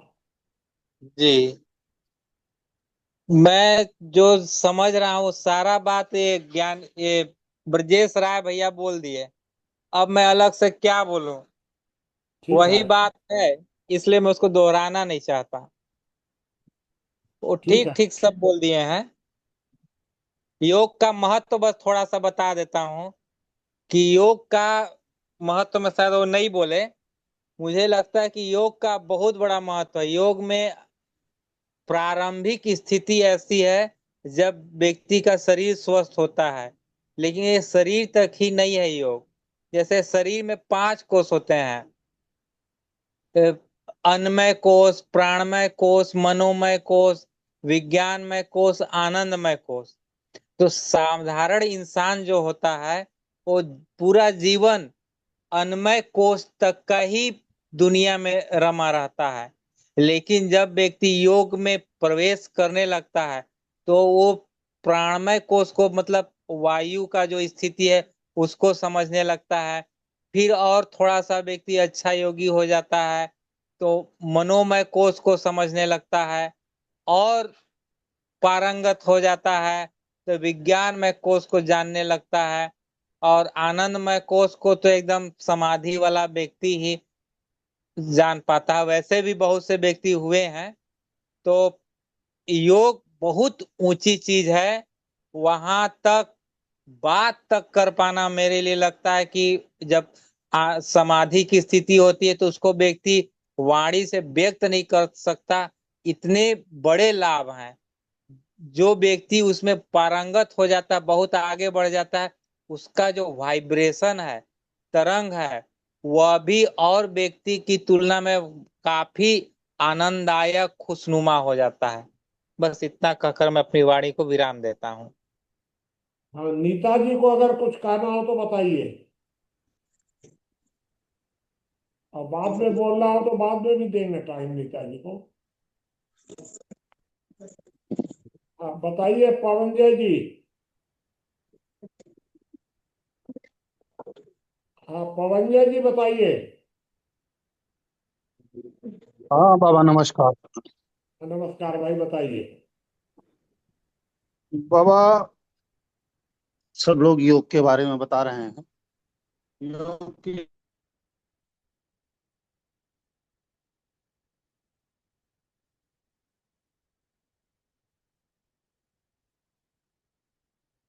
आपकी आवाज नहीं आ रही है। सप्त ऋषियों, उन्होंने सारे योग नियम बताए, जिसका सब लोगों ने भली भांति व्याख्या किया है। भौगोलिक परिवर्तन के नाते जीव जो है, सभी प्रकार के जीव मनुष्य बने थे, चाहे वो चिड़िया हो, चाहे वो बंदर हो, चाहे जिस भी प्रजाति के हो। सभी प्रजाति के लोगों में भौगोलिक परिवर्तन के साथ परिवर्तन हुए और मनुष्यों का अवतरण हुआ। आदि योगी से लोगों ने पूछा कि ये जो मनुष्य का रूप है, यह अंतिम रूप है या अभी और परिवर्तन होंगे? उन्होंने बताया कि नहीं, अब यह अंतिम रूप है, अब परिवर्तन नहीं होने वाले हैं मनुष्य के शरीर में, और न भौगोलिक परिवर्तन होने वाला है। अब जो है आगे मनुष्य क्या करेगा, मनुष्य की यात्रा आगे क्या करेगी? तो उन्होंने योग बताया जिससे जो है ईश्वर को पाया जा सके, आत्मा को परमात्मा से मिलाया जा सके। एक नई यात्रा का उन्होंने शुभारंभ किया, और उस प्रक्रिया के तहत लोग योग से योगेश्वर बनने तक का सफर अपना पूरा कर रहे हैं। इस प्रक्रिया में ईसा मसीह, मोहम्मद साहब भी हिंदुस्तान आए, और उन्होंने भी जो है आत्मा से परमात्मा तक के सफर को जाना। लेकिन मोहम्मद साहब ने इसे व्यक्त नहीं कर पाए, इसे व्यक्त किया भी नहीं जा सकता है। यह तर्कों से बताने योग्य चीजें नहीं है, न योग न ईश्वर। ये जाना जा सकता है, पाया जा सकता है, लेकिन बर्बर अरबों को उन्होंने एक दूसरी भांति से बताया कि 5 टाइम जब आप प्रैक्टिस करोगे, जब आप सिर्फ ईश्वर में ध्यान रखोगे और सारी दुनियादारी भूल जाओगे, तो 5 बार के प्रैक्टिस से आपको ध्यान लग जाएगा। और बहुत सारे सूफियों को ध्यान लगा और उनका ईश्वर से एकाकार हुआ। लेकिन इस्लाम शुरू से तर्कबाज रहे हैं, वो गुलामों की प्रक्रिया के तहत आने वाले मनुष्य थे। वे जब भारत में आगमन हुआ तो उन्होंने तर्क से ही ईश्वर को और योग को जानना चाहा, और उस प्रक्रिया में उन्होंने तमाम आध्यात्मिक संतों की हत्याएं की, तमाम मंदिरों को उजाड़ दिया। हमारे यहाँ जो कई मार्ग बने हुए हैं, भक्ति के मार्ग, योग के मार्ग, जो ईश्वर तक पहुंचा रहे हैं मनुष्यों को, इन तर्कबाजों ने, इन गुलामों ने, किताबी गुलामों ने उन्हें उजाड़ने का पूरा प्रयास किया। लेकिन मुगल काल में दारा शिकोह के समय में दारा शिकोह ने इन सारी चीजों को समझा और इसका अरबी और फारसी अनुवाद भी किया। इस प्रक्रिया के तहत रसखान और रहीम भी ईश्वरीय यात्राओं को पा चुके। योग और ईश्वर ये बातों द्वारा, तर्कों द्वारा समझने योग्य चीजें नहीं। जो योग की क्रिया को शुरू नहीं करेगा, अगर वह योग के बारे में कितनी भी लंबी बात कर ले तो उस नजरिए से वह महामूर्ख होगा। अथाह समुद्र के सामने किनारे बैठ के सिर्फ समुद्र के बारे में बात करने से वह कुछ नहीं पाएगा। योग के करना पड़ेगा योग जानने के लिए।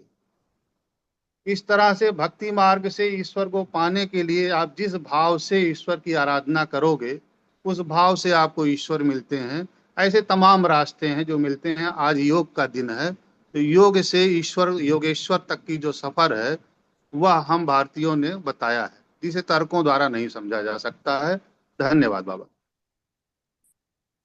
कुछ बताइए, और जब भी नीता जी को बोलना हो तो बताइएगा। जान दे निकट जान बेटा रे। अगर नीता जी को अगर कोई बात बोलनी हो तो चलिए। और बताइए, अब सुनील देव जी हैं, मोहन बाबू हैं, और हेलो। कोई थी? हाँ, बताइए। 7-7 मिनट में है। आए। हेलो। हाँ, बताइए। हाँ, सभी विद्वद्जन साथियों का अभिवादन है। योग पर काफी चर्चा हुई और सारे गंभीर बात आए, लेकिन इस विषय में मैं भी कुछ अपना मंतव्य जो है सो रखता हूं। सर्वप्रथम अगर कहा जाए तो आदि योगी देवाधिदेव महादेव थे, जिनके बारे में कि आदरणीय अभ्युदय जी ने बताया। तो जो उनमें आदि योग की जो साधना थी या भावना थी, जिन्हें कि हम बराबर योग की ही आसन में बैठे हुए देखते हैं, और उनको जो कहते हैं कि भोलेनाथ गंजेड़ी हैं तो भंगेड़ी हैं तो धतूरा बाज हैं, तो वैसी जो है एक असत्य प्रचार प्रसार करके और हमारे जो महापुरुष हैं या देव हैं उनको बदनाम किया गया है। वो हिमालय में रह करके और योग और साधना करके जड़ी और बूटियों का जो है उन्होंने वहां पर साधा है। और उस काल में जब व्यक्ति शरीर से या मानसिक रोग से पीड़ित होता था, तो उस समय इस प्रकार का मेडिकल का व्यवस्था कुछ नहीं था। तो भगवान भोलेनाथ आदि योगी आयुर्वेदिक जड़ी बूटी से इलाज होता था और योग के माध्यम से ही इलाज होता था। इसको आप इस प्रकार से देख सकते हैं कि जब समुद्र मंथन हुआ और उसमें जब विष मिला, हलाहल विष का जब पान करना हुआ, तो पूरे विश्व में कोई तैयार नहीं हुआ, आज भी कोई तैयार नहीं है।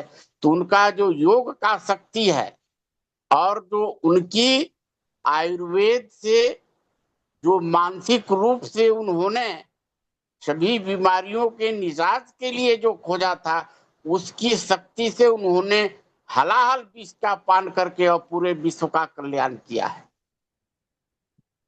इसके बाद जो है योगी राज कृष्ण जी आए, जो आध्यात्मिक प्रेम योग भी बताया है, द्वारिका में राजा बन के राजयोग भी बताया है, महाभारत में कर्म योग भी बताया है, क्रिया योग भी बताया है, और मीरा के रूप में भक्ति योग भी बताया है। फिर पतंजलि जी आए, जिसके बारे में कि काफी जो है सघनता से बात को कहा गया है। उसमें मैं यही कहना चाहूंगा कि जो यम और नियम है वह मानसिक व्यायाम है और वह सामाजिक विज्ञान है, जिसका कि हम लोग चिंतन मंथन आज कर रहे हैं, वो यम नियम में समाहित है। और जो आसन प्राणायाम और प्रत्याहार है वो शारीरिक पुष्टता के लिए, शारीरिक स्वस्थता के लिए, वात पित्त और कफ को दूर करके और शरीर को स्वस्थ रखने का है। और अगर कोई मोक्ष का योग है तो धारणा, ध्यान और समाधि है, जिसको कि मोक्ष में जाना है वो बहुत कठिन है, ऋषि मुनि ही कोई कर सकता है। इसको तो हम लोग अनुभव कर रहे हैं और देख रहे हैं। आज जो है योगा डे है, योग दिवस है। आज हम लोग 11वां अंतरराष्ट्रीय योग दिवस मना रहे हैं, जिसका कि आप लोगों को बहुत बहुत शुभकामना है।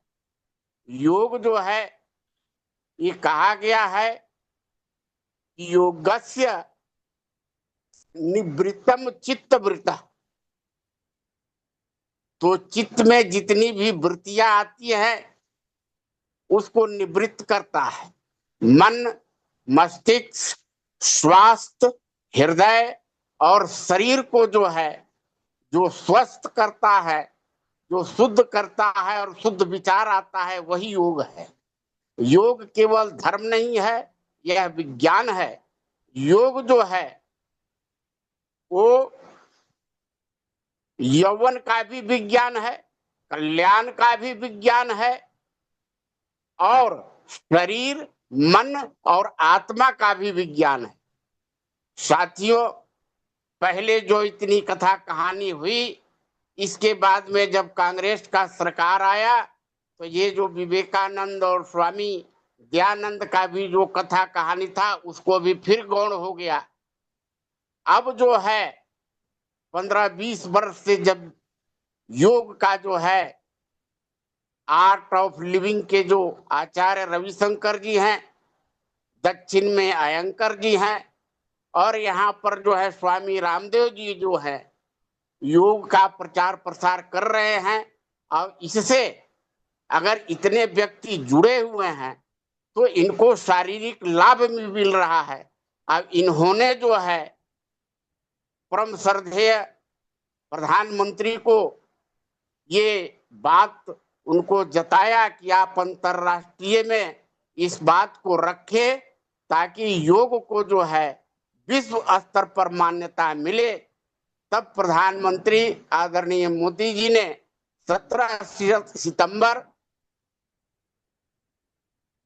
2014 को जो है वो विश्व राष्ट्र सभा में इस बात को रखा और योग के बारे में बताया कि योग जो है वो कोई धर्म का नहीं है, कोई जाति का नहीं है, कोई राष्ट्र का नहीं है, कोई नेता के पार्टी का नहीं है। योग जो है पूरे विश्व को जोड़ने का काम करता है। योग जो है आत्मा, मन, बुद्धि, दिमाग इन सब को शुद्ध करते हुए और शरीर को शुद्ध करते हुए शरीर और मन को जोड़ता है और प्रकृति से शरीर को भी जोड़ता है।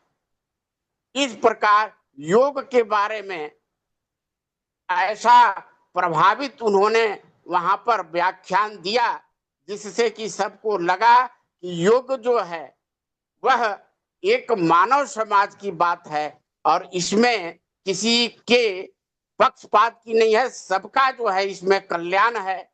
तब जाकर के फिर दूसरी बात जो है 11 दिसंबर 2014 को जो है 177 देशों की स्वीकृति से योग दिवस 21 तारीख को मनाने का संकल्प लिया गया वहां पर। और 21 तारीख को इसलिए लिया गया कि 21 तारीख वर्ष का सबसे बड़ा दिन होता है और इसी प्रकार से मनुष्य का भी आयु सबसे अधिक हो, दीर्घायु हो। इसलिए 21 तारीख को, 21 जून को जो है, जो ये बड़ा दिन का कंसेप्ट है, तो वह उस दिन जो है वो योगा दिवस मनाने का बात हुई। और 21 जून 2015 को योग दिवस के रूप में पूरे विश्व में प्रथम योग जो है राजपथ पर मनाया गया, जहां लगभग 36,000 और 84 देशों ने योग किया और वर्ल्ड रिसर्च में लिखा भी गया। और यहाँ से योग जो है लगातार हो रहा है। आज हम लोग 11वां योग दिवस मनाए और आज का कॉन्सेप्ट था कि 1 अर्थ 1 हेल्थ, मतलब एक पृथ्वी और एक स्वास्थ्य। इस पर आज हम लोगों ने योग दिवस को मनाया और 2015 में ये हम लोगों के लिए सौभाग्य की बात है कि विश्व गुरु के रूप में प्रथम जो है प्रयास 21 जून 2015 को हमारा जो है शुरुआत हुआ है, जो आगे बराबर विकास की गति में बढ़ रहा है। और अगर योग से करोड़ों व्यक्ति जुटे हैं तो उनका इसका लाभ भी मिलता है। और ये बात जो पवनजय जी ने कहा, योग करने से आपको पता लगेगा, केवल सुनने से नहीं लगेगा। तो आप चाहे सामाजिक विज्ञान का प्रथम योग कीजिए, स्वास्थ्य विज्ञान का चाहे आप कीजिए, और मोक्ष विज्ञान का ध्यान धारणा समाधि से कीजिए। इस तीनों योग को जब आप कीजिएगा तो आपको अनुभव होगा कि इससे क्या लाभ और क्या हानि है।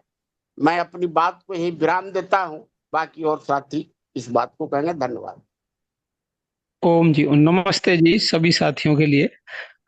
सभी ने अपने मदन जी, अभी एक बार सुनील देव जी या नीता जी अगर कुछ बोलना चाहे तो बताइए।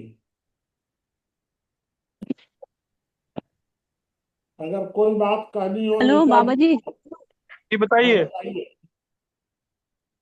मैं बोलना चाहती हूँ आज। जी बताइए। हेलो, हाँ जी, हाँ बताइए, प्रणाम आवाज आ रही है। जी। नेटवर्क थोड़ा चला जा रहा है बार बार।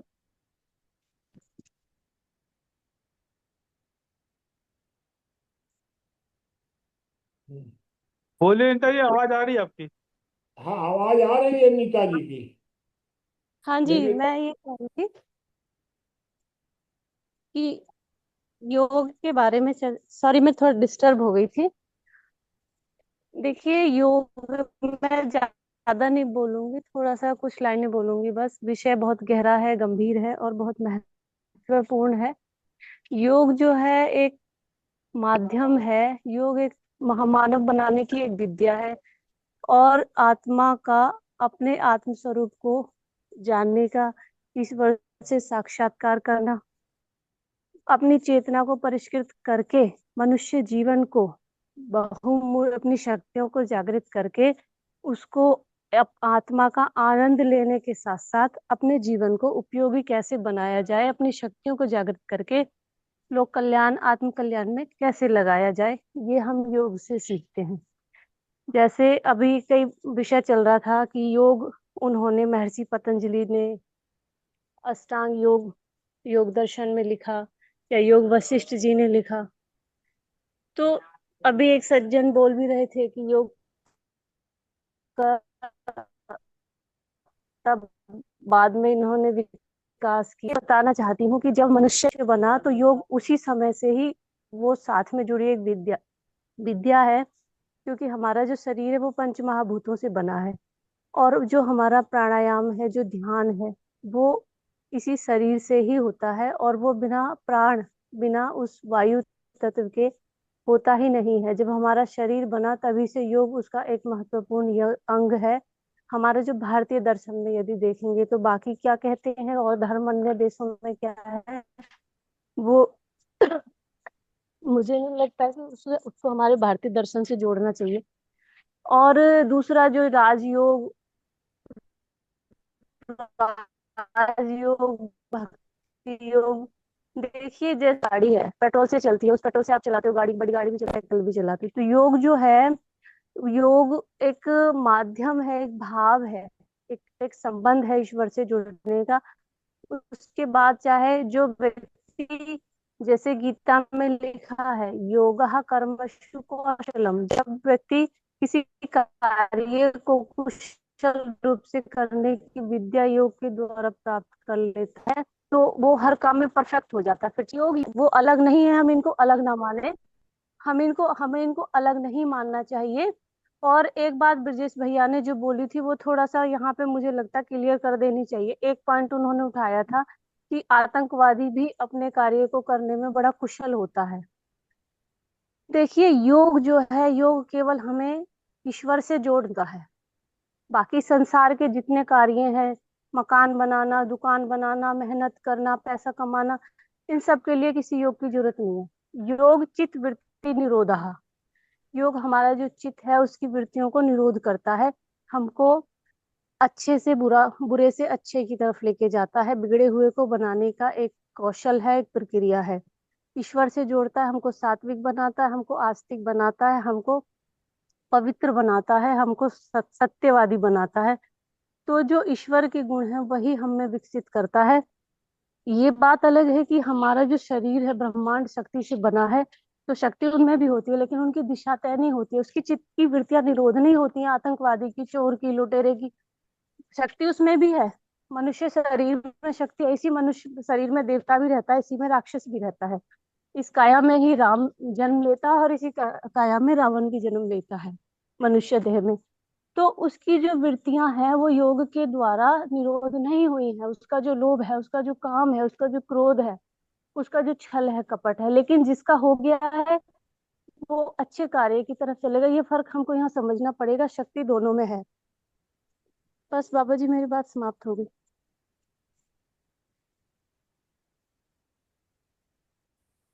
ठीक है,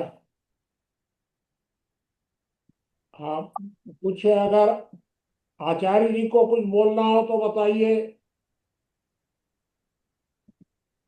जी प्रणाम बाबा, सभी साथियों को नमस्कार। 7 मिनट। मैं 5 मिनट में ही रख दूंगा। हाँ तो ठीक है। लेकिन 19 लोग जुड़े हैं, 19 लोगों ने बड़े, जो कुछ लोग बोले बड़ी अच्छी बातें की, लेकिन एक सूत्र आता है और सूत्र में 3 बातें योग विषय में कही गई हैं। योगेन चित्तस्य, पदेन वाचाम, मलम शरीरस्य चा वैद्यकेन। अर्थात योग से चित्त की, व्याकरण से वाणी की और आयुर्वेद से शरीर की शुद्धि होती है।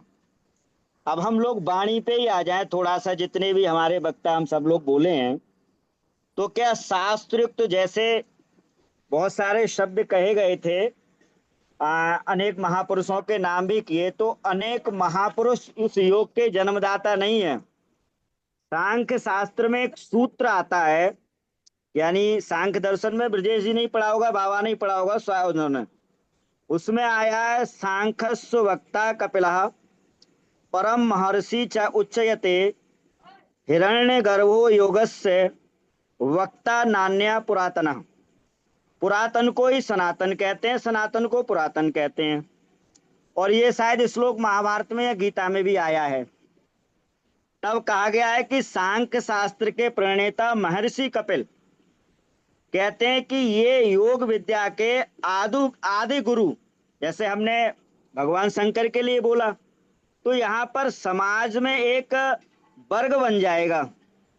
तब उन्होंने उस सब वर्ग को काटने के लिए एक सूत्र दिया कि योग विद्या के आदि गुरु, हम आदि गुरु किसको कहेंगे, तो आदि गुरु हिरण्य गर्भ, हिरण्य गर्भो योगस्य वक्ता, नान्या कोई दूसरा नहीं है पुरातना उससे पुराना। हिरण्य गर्भ परमपिता परमात्मा ही है, इनसे पुरातन और सनातन कोई दूसरा नहीं है। तो योग के विषय में क्योंकि चर्चा हो चुकी है, भागवत में भी एक सूत्र आता है बड़ा सुंदर सा, इदम ही योगेश्वरा योगम नैपुण्यम हिरण्य गर्भो भगवाद जायत। हे योगेश्वर, यानी कृष्ण को संबोधित, अर्जुन को संबोधित करते हुए कहते हैं कि ये योग कौशल वही है जिसे भगवान हिरण्यगर्भ ने जगत के लिए दिया था। तो जगत में तो जितने महापुरुष हुए हैं हमारे, जो चाहे राम है, कृष्ण है, आपके ये जितने भी हमारे ऋषि मुनि है, सप्तऋषि की बात आई थी, वो सभी आ जाते हैं। शब्द परमात्मा को एक विभू भी आया है, हिरण्य गर्भो धूतिमान च ऐसा स्तुतः लोके विभु स्मृतः, अर्थात परमात्मा को भी विभू कहा गया है और योगी जन उसी विभू को प्राप्त करने के लिए जो है वो समाधि यानी योग करते हैं। योग शब्द के लिए बहुत अच्छी जोड़ने की बात आई थी, लेकिन योग शब्द जो है ना, वो जो जोड़ने की बात हम करते हैं तो वो मैथ का यानी गणित का योग ला रहे हैं। बड़ा सुंदर सा एक सूत्र दिया है कि योग में दो शब्द हैं, गा शब्द के दो अर्थ हो जाते हैं, एक जोड़ने वाला योग और दूसरा समाधि वाला योग। तो जो योग जोड़ने वाले की बात है वो तो हो रही है गणित की, लेकिन समाधि वाला जो योग की बात चल रही है जिस पर अभी हम लोग सुन रहे थे, तब समाधि का शाब्दिक अर्थ हो जाता है समाधान। धी कहते हैं बुद्धि को, समा यानी जहां हमारी बुद्धि का प्रत्येक प्रकार का समाधान मिल जाए, जहां किसी प्रकार की समस्या ही ना रहे, जहां पहुंचकर सभी शंकाएं हमारी स्वयं की निर्मूल हो जाएं, अर्थात स्वयं से हमें जो है जिसमें हम बहुत सारे ले आते हैं, पंच कलेश आते हैं, काम क्रोध लोभ मोह, थोड़ा विषय अलग हो जाएगा। तो ये थोड़ी सी बातें जो हैं, और एक बात कह करके मैं थोड़ी वाणी को समाप्त करूंगा कि योग जो शब्द है वो ये जो धातु से बना हुआ है, ब्रजेश जी ने अच्छी तरह से इसको जाना होगा, पढ़ा होगा, बाबा ने भी जाना होगा। तो शास्त्रम धिकृतम वेदतव्यम च सार्वभौमश्चित धर्म, अर्थात वो योग है क्या? तब कहा गया कि शास्त्र योग का आरंभ समझना चाहिए अनुशासन से, और पहला ही सूत्र आता है अथ अनुशासन, अथ योगा अनुशासनम। तो योगा समाधि, योग समाधि को कहते हैं, न कि जोड़ने के लिए। साचा सार्वभौमश्चित धर्म, और वे सर्व अवस्थाओं में चित्त का धर्म है। अब जैसे कलेश की मैं बात कर रहा था तो क्षिप्त मूढ़ विक्षिप्त एकाग्र निरुद्ध, ये बहुत सारी चीजें आ जाती हैं उसमें। यहाँ पर एक जो है तीन चीजें फिर दे दी, तदन अनुशासनम, उसमें तीन चीजें व्याख्यायते, अर्थात हम लोग क्या कर रहे हैं, अभी व्याख्या कर रहे हैं अनुशासन में रह करके। लक्षण भेदो, लक्षण की कोई बात नहीं, तदु अनुशासनम, उसकी भी कोई बात नहीं। तब तीन बातें हैं, लक्षण भेद उपाय और फलों के सहित व्याख्या की जाए, वह योग कहलाता है या अनुशासन कहलाता है।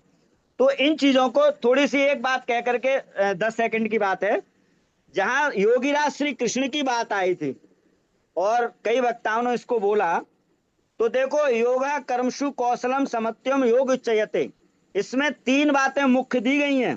तीन बातें क्या गई हैं? एक तो कुशलता। अब कुशलता तो प्रत्येक व्यक्ति को अपने काम में होती है, कृषक को बड़ी कुशलता होती है कृषि करने में, प्रजापति के लिए, कुम्हार के लिए बर्तन बनाने में, तो क्या उसको योगी माना जाएगा? नहीं। जैसे चोरी करने उसके लिए, तो दो शब्द और दिए उसके लिए, इसीलिए कहा गया है कि व्याकरण से वाणी की शुद्धि अगर नहीं होती है तो फिर हम कहीं का कहीं ले जाएंगे, समाज को भ्रमित कर देंगे। तब कहा गया कुशलता होनी चाहिए, निर्लेपता होनी चाहिए। अब निर्लेपता जो शब्द दिया है, तो प्रत्येक व्यक्ति का जो सामाजिक कार्य है या व्यवहारिक कार्य है उसमें कहीं ना कहीं ये मिल जाएगा। उसके बाद में एक शब्द और जोड़ दिया योगीराज श्री कृष्ण ने, निष्कामता, अर्थात निष्कामता उस काम में। अब चोरी करने वाले के, आतंकवादी की निष्कामता नहीं हो सकती।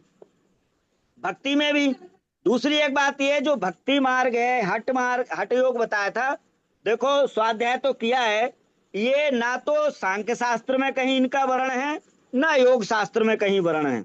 हाँ, भक्ति मार्ग का मतलब यही है कि मैं जो हूं वो ईश्वर के लिए समर्पण कर देता हूं एक प्रकार का। और अंतिम चरण जो योग का ज्ञान का है, मैं जानता नहीं पर मानता हूं, मैंने तुझे अर्पण कर दिया है, केवल इसी का भक्ति का जो अर्थ किया गया वही है, बाकी उससे कुछ नहीं है, आया नहीं है कहीं किसी शास्त्र में। भक्ति मार्ग कहीं कुछ लिख करके नहीं आया है। संतों की वाणी हो सकती है, योगियों की ऋषियों की कहीं वाणी में कुछ नहीं आया है। तो जी मैं, और ना हठ योग का कहीं भी कुछ आया है, ये अपने अपने तरीके से, क्योंकि योग दर्शन में जो है वो कई प्रकार के योगों का, जैसे केवल मार्ग आता है, केवल मुक्ति, भागवती मुर्गी भागवती मुक्ति, और जो योग की क्रियाएं हैं उसमें बहुत सारी क्रियाएं जिनकी अवस्था जैसी रही है उन उस अवस्था में लिखा है। जी धन्यवाद। हाँ, क्या मदन जी बताइए। मदन जी को कोई बात अगर कहनी हो तो। हाँ मुनि जी, मैं भी थोड़ा योग के बारे में बोलता। आप शॉर्ट में जो बात छूट गई हो आप बता दीजिए। जी जी, सभी व्यक्तियों ने बहुत अच्छा बोला। मतलब योग, योग जोड़ने को भी कहते हैं। और यहाँ जो योग की बात चल रही है वो आत्मा और परमात्मा के मिलन की बात हो रही है। तो जो बालक किशोर अवस्था में अगर 10-12 साल की अवस्था में अगर योग के मार्ग पर चलता है तो निश्चित रूप से वो एक आगे चल के बड़े होकर शिक्षित बनकर मतलब एक महापुरुष बन जाता है। क्योंकि योग के माध्यम से क्रियाओं के द्वारा बुद्धि का विकास होता है। योग अभ्यास से, व्यायाम करने से शरीर बलिष्ठ होता है। प्राणायाम क्रिया के द्वारा मन एकाग्र होता है, क्योंकि मनुष्य का मन जो है बहुत चंचल होता है। प्राणायाम क्रिया ही एक ऐसी क्रिया है जिससे मन मतलब बुद्धि जो है वो स्थिर हो जाती है और चित्त मतलब लगने लगता है आत्मा और परमात्मा में। तो इस तरह से योगाभ्यास के द्वारा ही हमारे देश में महापुरुष बने हैं, चाहे वो ऋषि दयानंद हो, भगवान राम हो, श्री भगवान कृष्ण हो। जो भी महापुरुष हुए हैं वो सभी योगी थे। कृष्ण भगवान को योगेश्वर कहा गया है क्योंकि वो प्रतिदिन योगा अभ्यास करते थे। मतलब गायत्री मंत्र का जाप करते, हवन यज्ञ करते, प्राणायाम क्रिया करते। तो इस तरह से जो हमारे महापुरुषों की देन है, हमारे ऋषियों की देन है। बीच के मतलब मुगल काल में इसका लोप हो गया था मतलब, लेकिन धीरे धीरे हमारी जो भारत की ऋषि परंपरा है, ज्ञान की खोज है, ज्ञान की रिसर्च जो है वो योग ही है। योग के द्वारा ही हम मतलब योग के द्वारा ही हम जान सकते हैं कि आत्मा क्या है, परमात्मा क्या है, क्यों हम इस संसार में आए हैं। तो योग के द्वारा ही हम जो है ज्ञान की प्राप्ति कर सकते हैं। और जिस चीज की मतलब खोज करनी होती है वो योग ही है शरीर में। योग के माध्यम से ही हम अपने शरीर में रिसर्च कर सकते हैं कि कौन क्या वस्तु है जो निकल जाती है और हम पुनः जन्म लेते हैं। तो योग को जानना ही परमात्मा को जानना है और आत्मा को जानना है। ठीक है, देखिए मैं आपको बाबा शॉर्ट जी में ये मुझे, बता दूं, मैं आपको शॉर्ट में इतना बता दूं कि मैंने बचपन में जब 13-14 वर्ष की उम्र थी तब मैंने योग शुरू किया। यम नियम का भी पालन वहीं से शुरू किया और धारणा से ध्यान तक भी गया। लेकिन धीरे धीरे मुझे उस समय मेरा एक तरह से राजनीति के साथ जब जुड़ाव हो गया, मैं करीब 15-16 में तो राजनीति से जुड़ गया था। जैसे जैसे मैं राजनीति में जुड़ा मेरा योग छूट गया। मैं आपको एक बात ये बताऊं कि उस समय योग का बहुत अच्छा मेरे ऊपर प्रभाव था। शायद हो सकता है कि मैं अगर उस दिशा में चला होता तो इस दिशा में बहुत आगे बढ़ सकता था। तो मैं तो 1.5 साल योग किया और 1.5 साल का मेरे ऊपर आज भी प्रभाव दिखता है। उसके बाद मैंने योग नहीं मैं किया। इसके बाद तो ये मैं आपको क्यों बताना खोलते हो चाह माइक? रहा था कि योग में वास्तव में बहुत शक्ति है। यम और नियम का मैं आज भी प्रयत्न करता हूं कि कितना पालन कर सकूं। बाकी लेकिन मैं बाकी ये धारणा ध्यान वगैरह जो थी ये सब मेरा छूट गया। और प्राणायाम प्रत्याहार आसन ये सब भी करीब करीब छूट गया उसी समय से। तो उस समय के बाद में मेरी लाइन पूरी की पूरी बदल गई। लेकिन योग में शक्ति है, ये मैं आपको अपने अनुभव से बता सकता हूँ। ये मैंने आपको बताया। अब आप प्रश्नोत्तर में अगर 5-10 मिनट और हम लगा सकते हैं। किसी से कोई प्रश्न हो आपका? बाबा जी यम नियम के कुछ बिंदु बताइए। यम नियम का तो आपको वो बताएंगे ब्रजेश जी। यम नियम मैं आपको बता देता हूं कि अहिंसा सत्य अस्तेय, यही अहिंसा सत्य अस्तेय ब्रह्मचर्य अपरिग्रह, ये 5 है यम। शौच संतोष तप स्वाध्याय ईश्वर प्रणिधान, ये 5 है नियम। ये अगर 10 का पालन हो जाए, पूरा पालन तो होता नहीं है, लेकिन अगर 10 की दिशा में आप 5%, 10% भी आगे बढ़ जाए तो दुनिया की सारी समस्याएं सुलझ जाएंगी। क्योंकि मानसिक विकृति शारीरिक विकृति की तुलना में कई गुना ज्यादा घातक होती है। चलो बेटा चलो बंद करें अपना। शारीरिक विकृति जो है तो मांग रहे हैं, देखो ये हमसे कुछ मांग रहे आपके हैं। शरीर को नुकसान करेगी, परिवार तक नुकसान कर सकती है, लेकिन समाज नहीं है को ना? ज्यादा नुकसान नहीं करती है। शारीरिक विकृति, मानसिक विकृति आपके शरीर को नुकसान करे या न करे, लेकिन समाज को बहुत ज्यादा नुकसान एक भी करती नहीं है। और इसलिए बड़ा वाला प्लास्टिक का डब्बा नहीं है। मानसिक विकृति को योग में सबसे पहले महत्वपूर्ण स्थान दिया है, क्योंकि समाज सर्वोच्च है। ये मैं आपको बता दिया। और कोई प्रश्न किसी का भी किसी से? कई लोगों ने अपनी बात रखी है, आप प्रश्न किसी से भी करना चाहे तो कर सकते हैं। मैं एक बाबा जी एक लाइन हाँ जोड़ना चाह रही हाँ बता। मुझे ये इम्पोर्टेंट लगता है कि जो इसके हठ योग वाली जो बात आई है कि हठ योग पे मैं थोड़ा भूल गई थी, लेकिन लोगों को किसी भी भक्ति मार्ग का, किसी भी भक्ति का और किसी भी योग प्राकृतिक नहीं है। ये एक डेंजर खतरनाक मार्ग है जो किसी भी साधना का भारत हमारे उसमें दर्शन में किसी का हिस्सा नहीं है। जैसे कि एक मतलब मैं अपनी बात एक लाइन के साथ समाप्त कर रही हूँ।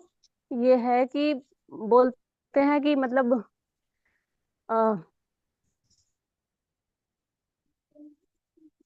बंद हो गई आवाज, समाप्त हो गई।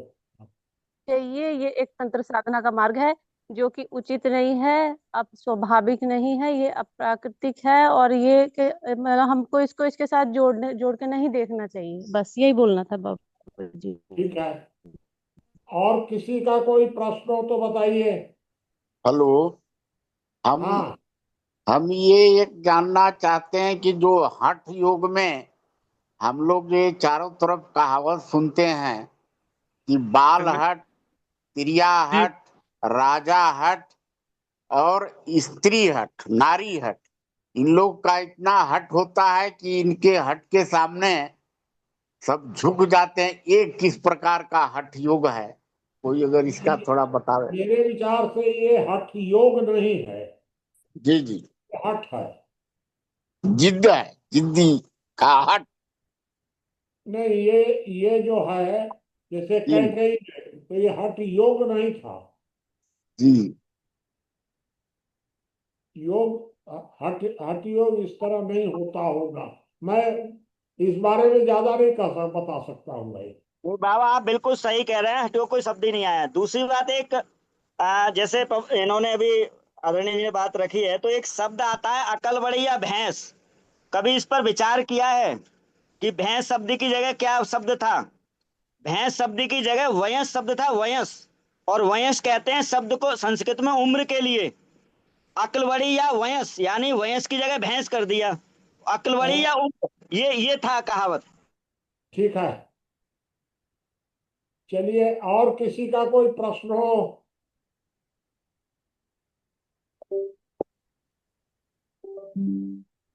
बताइए ब्रजेश जी, अब समाप्त करावें? बाबू जी, विपुल जी परसों का कुछ बताना है सब्जेक्ट? हाँ बताइए। कल बोल देंगे। क्या? कल बोल देंगे, कल। अच्छा ठीक है, कल बता देंगे। ठीक है, ठीक है। ठीक, ज्ञानेंद्र चर्चा समाप्त कर सकते हैं। हाँ, ज्ञानेंद्र जी हैं जुड़े हुए? और ये ज्ञानेंद्र जी जी होस्ट बाबा, होंगे। जी बाबा अभी जुड़ा हुआ हूँ। राजपाल जी से रचना की बात हो रही थी, बैठक की चर्चा हो रही है। जी ठीक है चलिए समाप्त करावें? जी। ना ना, रुकिए ना।